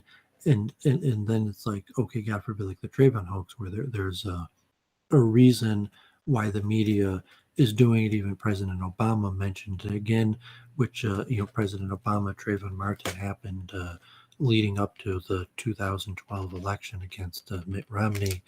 And it was, you know, general part of the trend to try to encourage African Americans why they need to vote, get out and vote in the next elections. And you could see the media push, and it's like, okay, the jogging narrative, you know, whatever the various narrative, where the intention from the media point, if it's not, you know, just to create hysteria or tension or racial tension, is generally to encourage people to vote, and usually from the media to, you know, it's to encourage people to vote Democratic. Yeah, there does appear to be quite a lot of evidence to support that position. They don't seem too worried that people are going to stop believing them. Do you get that impression as well? They seem sort of deaf to people who push back against their narratives. Well, because it's a pay-to-play system, and it doesn't matter. It's saying they control the access, and what the media is saying. And even if you watch, like, the press briefings with President Trump yelling at the press and saying they're all, like, you know, dirty media, but at the same time, like, those people in the press largely are the biggest gatekeepers and controllers of who gets access to the president. And so the media is saying they're not really there to inform you of what's going on in the elite circles. They're there to hide from you what's happening in those circles, and just give you a small piece of the information, and if you really you are trying to enter the elite, that those people would be the gatekeepers that would give you access to those people, and then you'd realize that, oh my God, you've been completely lying and distorting what you've been writing the whole time, and they would inform you, like, well, yeah, that was our job the whole time, of course. You think they would be that frank? No, but I was saying that's what goes to your like Luke 4 explanation of elites and how elites control and hand over power, even if it might be different peoples, different families, but there is some sort of cohesion in the transfer of power from at least one generation to the next. And even if there might be minor problems or disputes, and in terms of the role of media and the elite, it's kind of Machiavellian, where the goal of the media is to appear as honest and giving over the correct information to the masses, while at the same time serving the elite. And so, I mean, it's basically pure Machiavelli interpretation of media, and it's always somewhat like a reasonable conspiratorial way to look at media, but obviously there's more layers and it's more complex than that. But you could always look at media as that conspiratorial way. Well, yeah, I guess you could say if it's a pay-to-play system, then the concept of a free press is pretty much dead, because it's not free. It has a high price tag, but you can buy it. I think I heard something about some like Mexican drug lord trying to buy some New York propaganda outfit, some newspaper, something like that. Happens? Oh, I mean, okay, we're alternative media, and we're trying to, so to say, build up our own brands, spread our ideas, make our own connections. But at some point, like, as you grow, you're going to have run-ins with, like real professors, real, people at institutes and foundations that are professionally doing what we're just talking about. And they will presumably be like, no, like, we're the authorities because we professionally do what these people just talk about. And you're going to have, that kind of elite structure organizationally in all dynamics, and you have the choice of trying to break in with the elites, gain acceptance with the elites, or to build up your own alternative structure. But if you build up your own alternative structure, eventually that will come into conflict with the elites, who will either try to take over your alternative structure and force you out and just say thank you for building up a new audience for me, and I'm sure your fans will be happy to recognize that I'm just superior to you, and that you did a service by leading them to me, or that they will recognize that that's going to be too difficult to just take your followers away from you and push you to the side, that they will agree to let you enter the center of the elite in order to give them the connection to the alternative movement that you've built up. And these are the natural processes, and kind of like you could even mathematize and formulaic a way that this works, or you could use it and get to in a narrative way that it would explain like who were the power shakers and movers of the generation and of the next and previous generations, and how did the transition processes happen of those different transitions.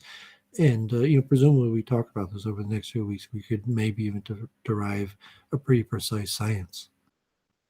Yeah, that would be totally fascinating, because it's very speculative, but at the same time, we do have like this central human need for, I suppose everybody could be argued to seek social status. It's just a question of what you are interpreting as social status per se.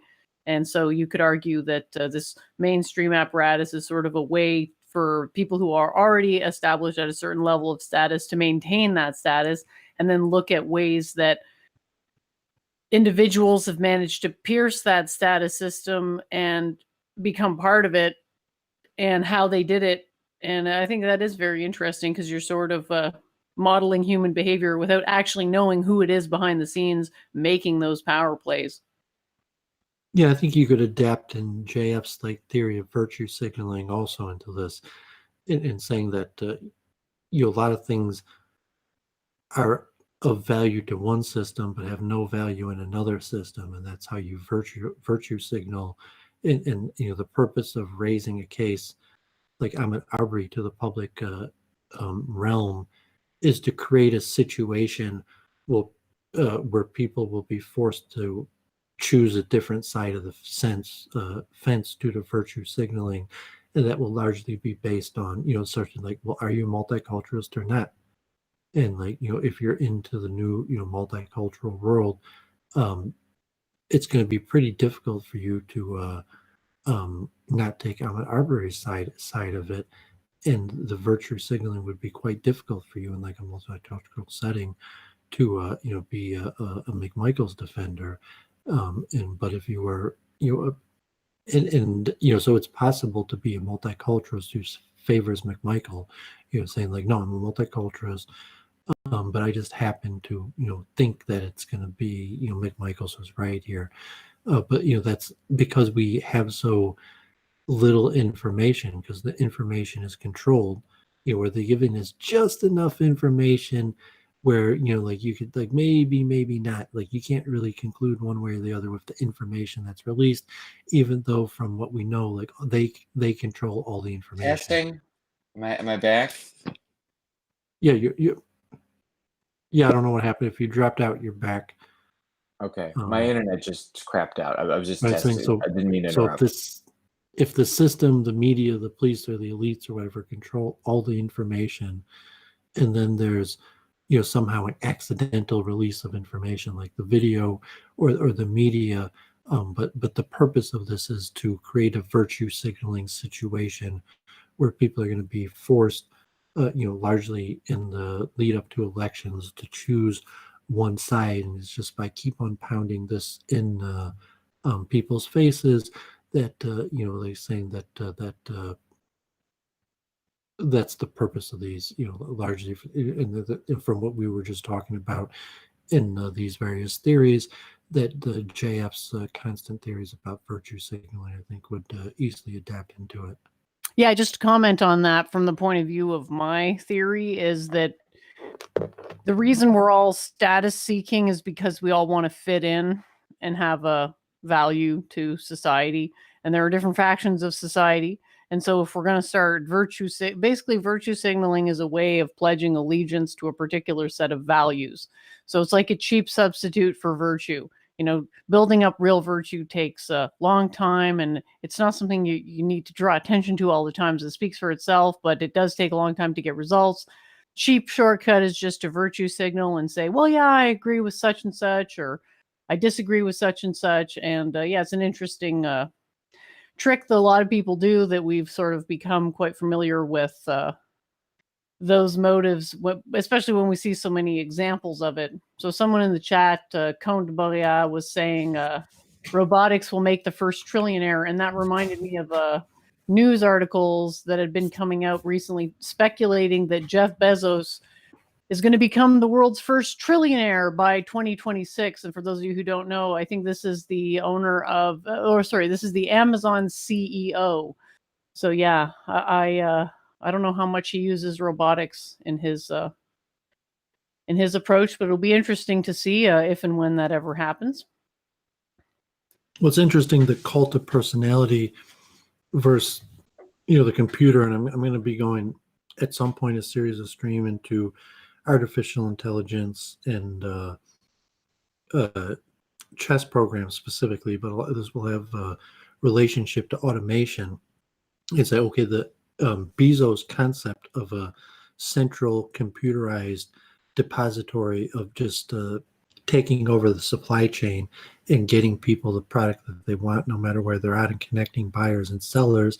It's like, okay, like, yeah, that makes sense. But like, what do you need Bezos for?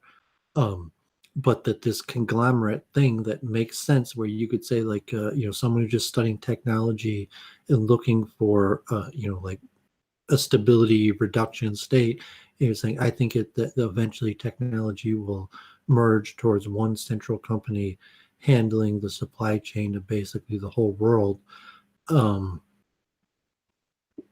But do you really need that to center around a single personality like Jeff Bezos? So it's a question of your theology, and say like, yes, even though you could possibly have computer algorithms that could really, you don't need Bezos, no, you do need a human personality that this entity has to center around.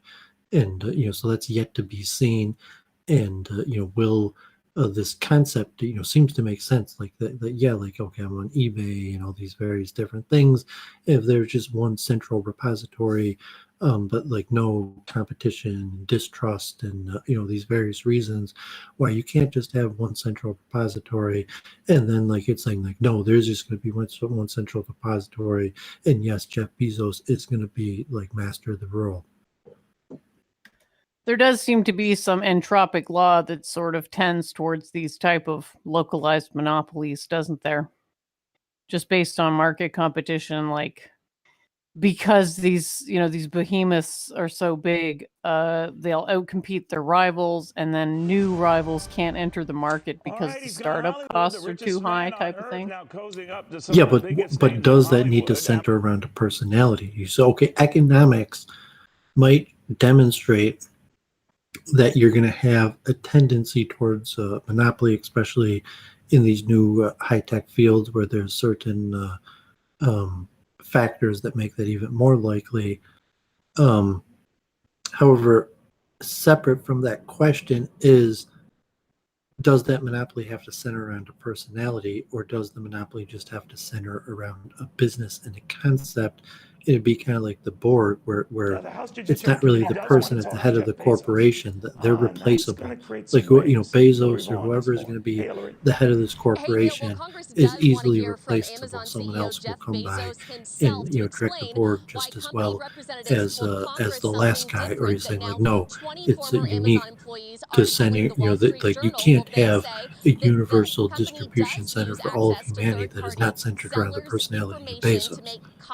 Well, maybe we could look at the Bill Gates archetype and his recent media appearances concerning the coronavirus vaccine or hypothetical vaccine. That, yeah, there's this sort of unseen Borg that doesn't really need a figurehead, but maybe when the Borg is changing tact in some manner, they need to put forth a figurehead that may or may not actually be in charge, but it's just somebody who sort of functions as, I guess, is like the face of Big Brother to impart these ideas. Because I don't think the whole thing could work without a guy like Bill Gates at the forefront. I mean, arguably, it's not going to work out in the either way, but it's a personification of the machine. That really, what Bill Gates is saying is, it's like JF in the revolutionary phenotype, where eventually the computer is going to take over. At this point, we still have a human voice giving us the message, but the message that's being given by this human voice is essentially the message of the machine. Yeah, I think that's a fair enough assessment. I mean, there's a need for a human voice, but to then imply that the activities of the collective centers around this human voice, I think, is to misunderstand the situation. Like, it's kind of the same with Trump. It's like, yeah, he's the figurehead, but how many of the decisions is he actually making personally? And how many of those decisions are just being made by the quote unquote deep state? It goes back to the holographic universe. So if you're saying like, okay, like Microsoft or saying like we've been talking about the Gandalf even, before he left, about are you more successful in the world by interacting with the machine or interacting with fellow humans, or obviously a complement, but there's the certain like money or something. It could be that it's easier to acquire money through expertise in interacting with the machine than people, but it's obviously a combination. When you look at the holographic universe, you're saying I need a human interaction. Like I can't just talk to Microsoft.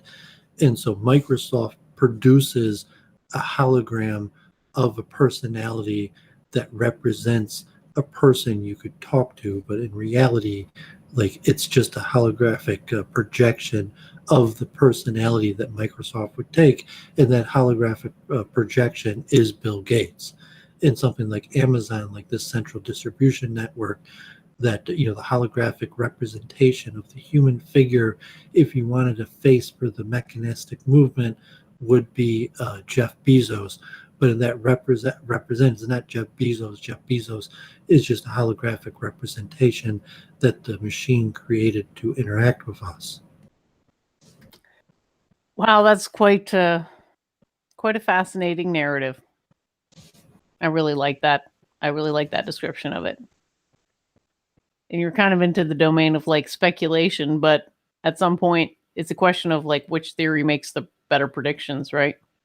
Because sometimes theories are objectively incorrect, but subjectively actually make more predictions than any rival theory. And this sort of ties into this idea of subjective absolutism, that like as humans, we just don't have access to objective information. So we kind of have to do the best that we can with our subjective compressed bases of information. And these like objectively false, but subjectively giving us information models can still have a value because the amount of information that they give us is better than any rival model. And so this is just an example that you're saying here. Well, there's no actual, self-conscious machine that is autonomous and can make decisions, but the way that things add up is that it's essentially computationally equivalent to that, because there's a certain, it's basically with like momentum, right? And I think a lot of it comes down to the entity, the corporate entity, because a corporate entity essentially serves as a means to not take responsibility for bad consequences, right? Because it all comes down to questions of liability.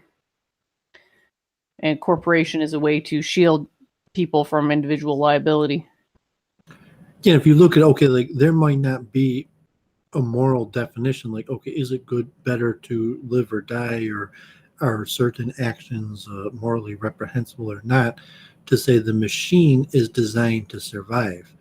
In the mechanism, you say, like the machine may not have a utility, like why we do something. You just say like, but when it runs, this is how it runs.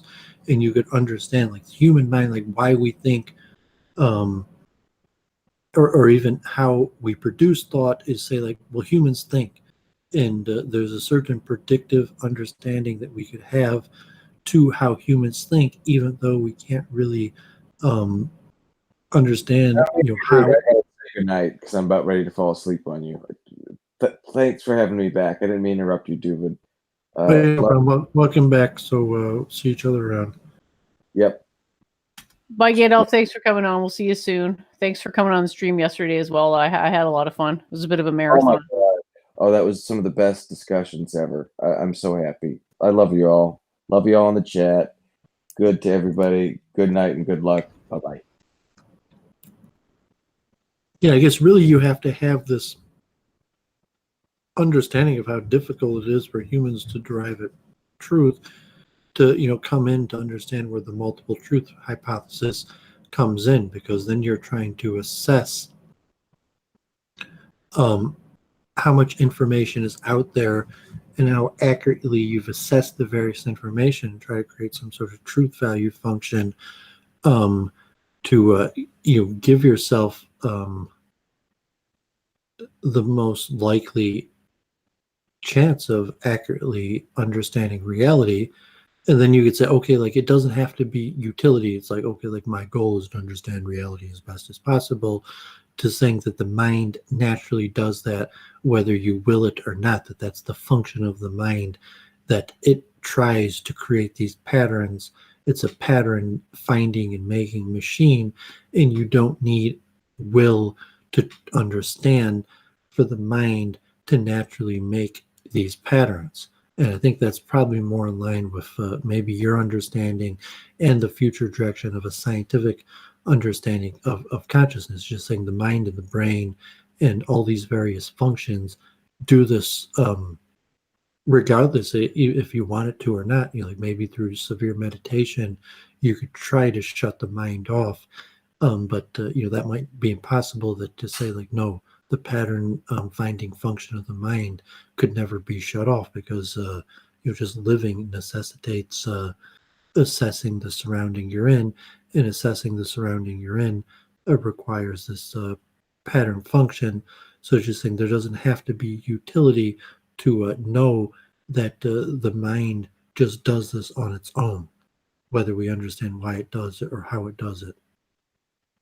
Yeah, I think the trope that you can shut your mind off is a misunderstanding of what enlightenment is.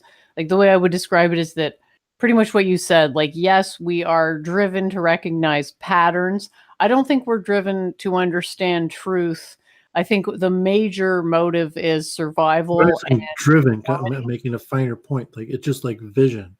Like, say we're not driven with like a desire to see. We have eyes, we see. And so like, we're not driven to recognize pattern. We're a pattern recognizing machine. That's what we do. I guess you're into the question of like, what is the will, right? Is it a will, or is it just something that's like there? Like, is it moving or is it static? And I would say that, yeah, there is a will. And what the will is moving towards is a state of minimized cognitive dissonance. And ultimately, universally, the way to minimize the cognitive dissonance is to actually recognize the correct patterns, perfect your thinking process, aka achieve enlightenment. That doesn't mean you stop recognizing patterns. It means you stop recognizing false patterns. That would be the ultimate goal. But for the vast majority of people who are not ready to take that step, what they're doing is just whatever they can get their hands on that mitigates the cognitive dissonance that happens anytime reality contradicts their pre-existing beliefs.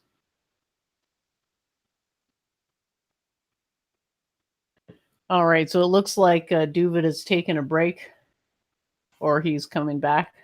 I guess he had to check on something. Welcome back, Doooovid. Yeah, I'm just eating my Muscat grapes, and I went to throw out the stem. Oh, okay, cool. Yeah, so did you want to wrap up the show pretty soon, or did you have anything else you wanted to get to today? I guess we've been on for over 3 hours, and Gandalf came on, so we don't need to go on forever. So if you're available Wednesday, 2 o'clock, hopefully this conversation, a good author who's written a few books and more, expert in Hinduism, intimate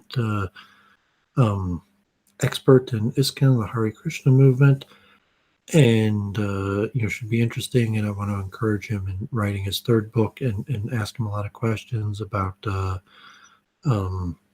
origins of ISKCON in America. So if you're available to mod the chat or whatever, or anyone, please tune in. And hopefully, if you had a chance to comment on that guy Robbins video, who does all those Bergson videos in the holographic universe, holographic mind, maybe comment on this video, tell him to come on Week in Review, and so with that, I'll continue my research. Hopefully, probably not for the next few weeks am I going to be putting out any of my own videos, although I do want to have. Oh, and I'm going to be on Charles Moskowitz Tuesday at noon, or I'm speaking with him. He might not post it. I'm not sure if it's going to be posted that day or a few days later. But I guess Charles Moskowitz has been doing good. He had like Jay Dyer on the stream, and Eric Stryker, and he's on like multiple platforms and channels. So hopefully it's working out good for him. And he reached out to me. So Tuesday I'm going to talk with him, and I'll post it on my social media whenever he puts it on YouTube. And I don't even know what we're going to talk about, but just he's an interesting guy, and hopefully I'll catch up on what he's doing, and whatever he's talking about, and be good to maybe get back into some of these bigger streaming circles, like Luke Ford, Charles Moskowitz is maybe concentric circles, but different circles, and also like Luke Ford, Charles Moskowitz is like an amateur professional radio person who has worked at various points in his life in professional radio. So look forward to that, and hopefully I don't know if Jennifer, you're going to be on any streams this week. I haven't made plans to, but thanks for sharing. So those of you who are interested, check out Doooovid. Channel link is in the description. I've just shared, and you said that was Tuesday at Wednesday. Wednesday at 2:00 with me and Henry Dr. Hirikesh Das from ISKCON. I'm going to be talking with Charles Moskowitz on Tuesday, but that's going to be like a Skype call, and he's going to record it. So I don't know when he's going to release that, and it won't be live. Okay, yeah, I've just put his channel in the chat. He does have some interesting people that he's interviewed. Not a whole lot of viewers, but I'm actually surprised he doesn't have more viewers. So if you're interested in that type of content, you can give that a subscription. As Doooovid said, he's had Jay Dyer and I'm forgetting his name. Stryker, just the last few weeks. Yeah, but so he's got some big names on there. Professors and economy, and he's actually written a bunch of books. So he has a wide variety of expertise, and besides, we're loosely connected and kind of like Luke Ford, Halsey type Worski circles. He is, also has like professors and professionals. Yeah, he identifies as a right-wing Jew. Is that what you'd call him? Like maybe a reformed Jew? Well, he tries to identify as Orthodox, but he's probably might be falling short in traditional Orthodoxy, and he's probably just like a Dennis Prager type, like he wanted to be a professional right-wing computer commentator, and I think he actually used to use like a different name, and he used to pretend like he wasn't Jewish or whatever, and being Jewish wasn't part of his identity. He was like Chuck Morse or something, a conservative radio host that didn't mention anything about Judaism, and maybe his career fizzled or whatever. Like, it's probably difficult to make a living as a conservative talk show host. And then he kind of like, came out with his Jewish persona, Chuck Moskowitz, on YouTube, or recreating a media personality. But he had for years been like a professional conservative commentator. But I guess, is there a word for that, for Jews who LARP as Gentiles? Is there a word for that?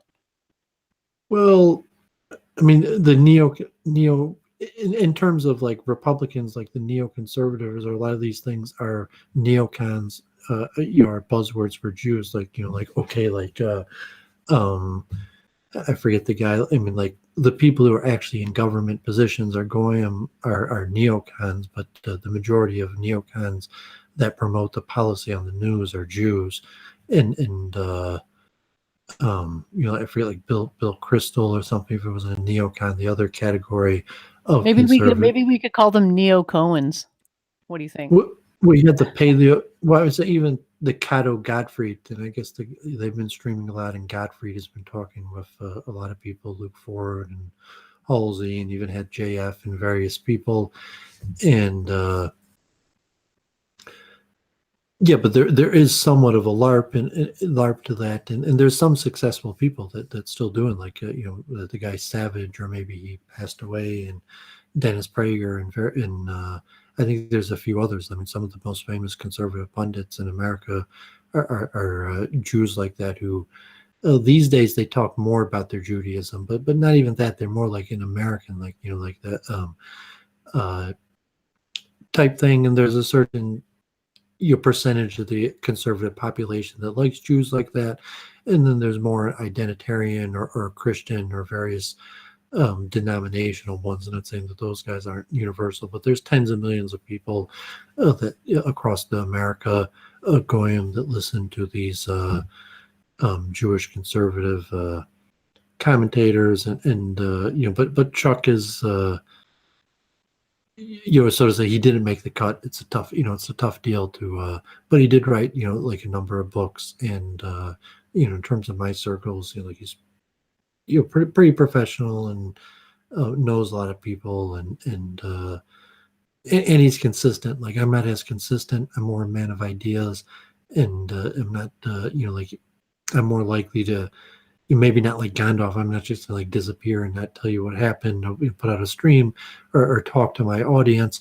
but I'm more also like, okay, like I just didn't put out any contact for a few weeks, as where, you know, Chuck's probably more like, you know, like, you know, he's got to do a show, he's got to reach out, he's got to keep on producing material. He takes a more professional approach towards, you know, like journalism and media than Doooovid, who's more a man of ideas and uses media as a venue to get out my ideas.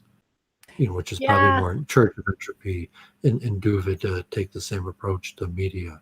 Yeah, I can relate to you on that because like I spend so much time in my own head and like learning and studying that this week in review type of model really works for me, because if I didn't have it, there'd be a good chance like I just wouldn't stream for 2 months because I had this problem that I was ultra focused on to the exclusion of everything else, right? So the week in review is like a way to sort of give myself a schedule where I'm kind of forced to get out there and just practice talking about the ideas. So it really helps. And I appreciate your contributions as well. I think it's going in a great direction, and I look forward to seeing where it'll go in the future. Well, just before we end, like, yeah, I think we had a small disconnect with Gandalf there, where it's like, you know, there's like week in review, like, is he back? And you know, my sister does IT management, and there's, you know, like Scrum Master and Agile and Waterfall and these various things, and there's like series of meetings, but sometimes you have to have meetings about the future meetings, and like it's week in review. A meta meeting. Well, I'm saying from a point of management, it's you have a doctrinization, you have somewhat of a system to organize this stuff, and like it's a science that someone like Gandalf should be able to understand, but we're having like a tiny you know, disconnect in that matter. Like, okay, you're back, great, here's your new media personality, but it's still week in review. Like, okay, great, you're back, you're going to be doing content every day, you're going to be streaming with Claire and on your own channel and Luke Ford and Halsey, but that doesn't mean like I want you to do that on week in review. And you know, that's and I think hopefully he's going to be able to get that, and then he'll probably be a good YouTube personality. But I think hopefully we didn't have that disconnect this week, and hopefully that won't be a problem. And Gandalf will be able to move, you know, right into YouTube success. Well, I think the way to understand Gandalf is he's basically a human library. Like, the man's capacity for information retention is quite impressive. I think anybody would admit that. But what he can work on in the future is contextualizing the information into a meta-analysis type conversation. And that's something we actually got into last week, I think. Or sorry, it was a week before last, because I made a clip about it. But Claire didn't understand what meta-analysis was. So I actually went into, I took the trouble to actually explain that it's a bird's eye view approach to data, as well as understanding data through different narrative frames, as well as understanding the relative value of said narrative frames. So I think that's almost getting with like the Noam Chomsky part and saying like, okay, how did we get to this topic and why are we on this topic? You know, we're talking about like how do people process information in linguistics, and, you know, Noam Chomsky's universal grammar, and, you know, Gandalf immediately like Noam Chomsky's writing on Vietnam. And instead like, no, I don't want to go down that route of Noam Chomsky and his writings on Vietnam. The only reason I mentioned Noam Chomsky was to get into this concept of linguistics and keep it to like, you know, the regular week in review type things that we discuss. And Gandalf is like somewhat moving in that direction, but still he's like, no, like you mentioned Noam Chomsky, and that's my chance to talk about Vietnam, even though it's got basically nothing to do with what we're talking about. Yeah, so I think it takes a bit of time to understand how we contextualize different information, because maybe it seems like we're talking about a subject, but sometimes what we're doing is we're talking about a subject as an anecdote in the context of a greater narrative, right? Like this jogger case is not happening in a vacuum. It's happening amidst a backdrop of a bunch of other things that have been similar in various ways. And we're trying to sort of understand a deeper pattern, and through that understand generalized human motivations. So if I could sum up meta-analysis quickly, I would say that it's this intention to move towards a specific pattern recognition faculty to a more general pattern recognition, and to sort of tie everything together to one coherent, I don't know if I want to say narrative or ideological system, but basically it's a means of situating and contextualizing things that happen within a greater narrative and understanding what they mean, not in and of themselves, but relative to these different narrative frameworks that we are slowly learning about. So I do think it requires one to shift perspective. Like, I think you've always thought about things this way, Doooovid, just based on how you describe your approach to thinking, as in like, well, what is it that's going to minimize the dissonance? And I'm just going to go with that one. And sometimes it makes more sense to just conform to the social protocols that are already there. And other times it makes sense to deviate from them for whatever reason in the situation. So I think you're already on that level. And for other people, it takes a bit of a time to actually learn how to think that way, because it's not just a pure memory recall of a particular event. It's understanding that event within a greater context. So that's what I hope we can all move towards. And I think you're a good role model, because you are able to take those multiple perspectives. And I guess that sort of ties back to your multiple truth hypothesis. And what the point that you're trying to get across is that multiple things can be true simultaneously, and that there's a value in understanding what those individual truths mean within a greater unified whole.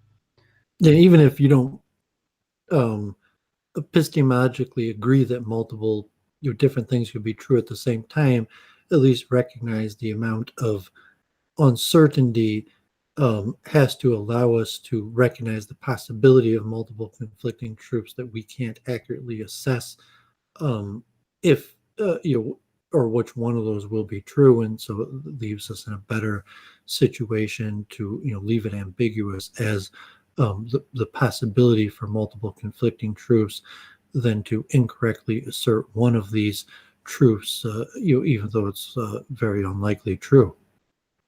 Yeah, the way that I would say that I understand it is that there are certain things that are true, i.e. causality.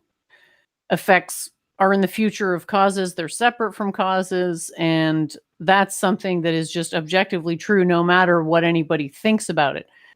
Now, when you get into the domain, like when you get into subjective domains, so within the like hierarchy of human understanding, we have like the most objective domains all the way down to the most subjective domains.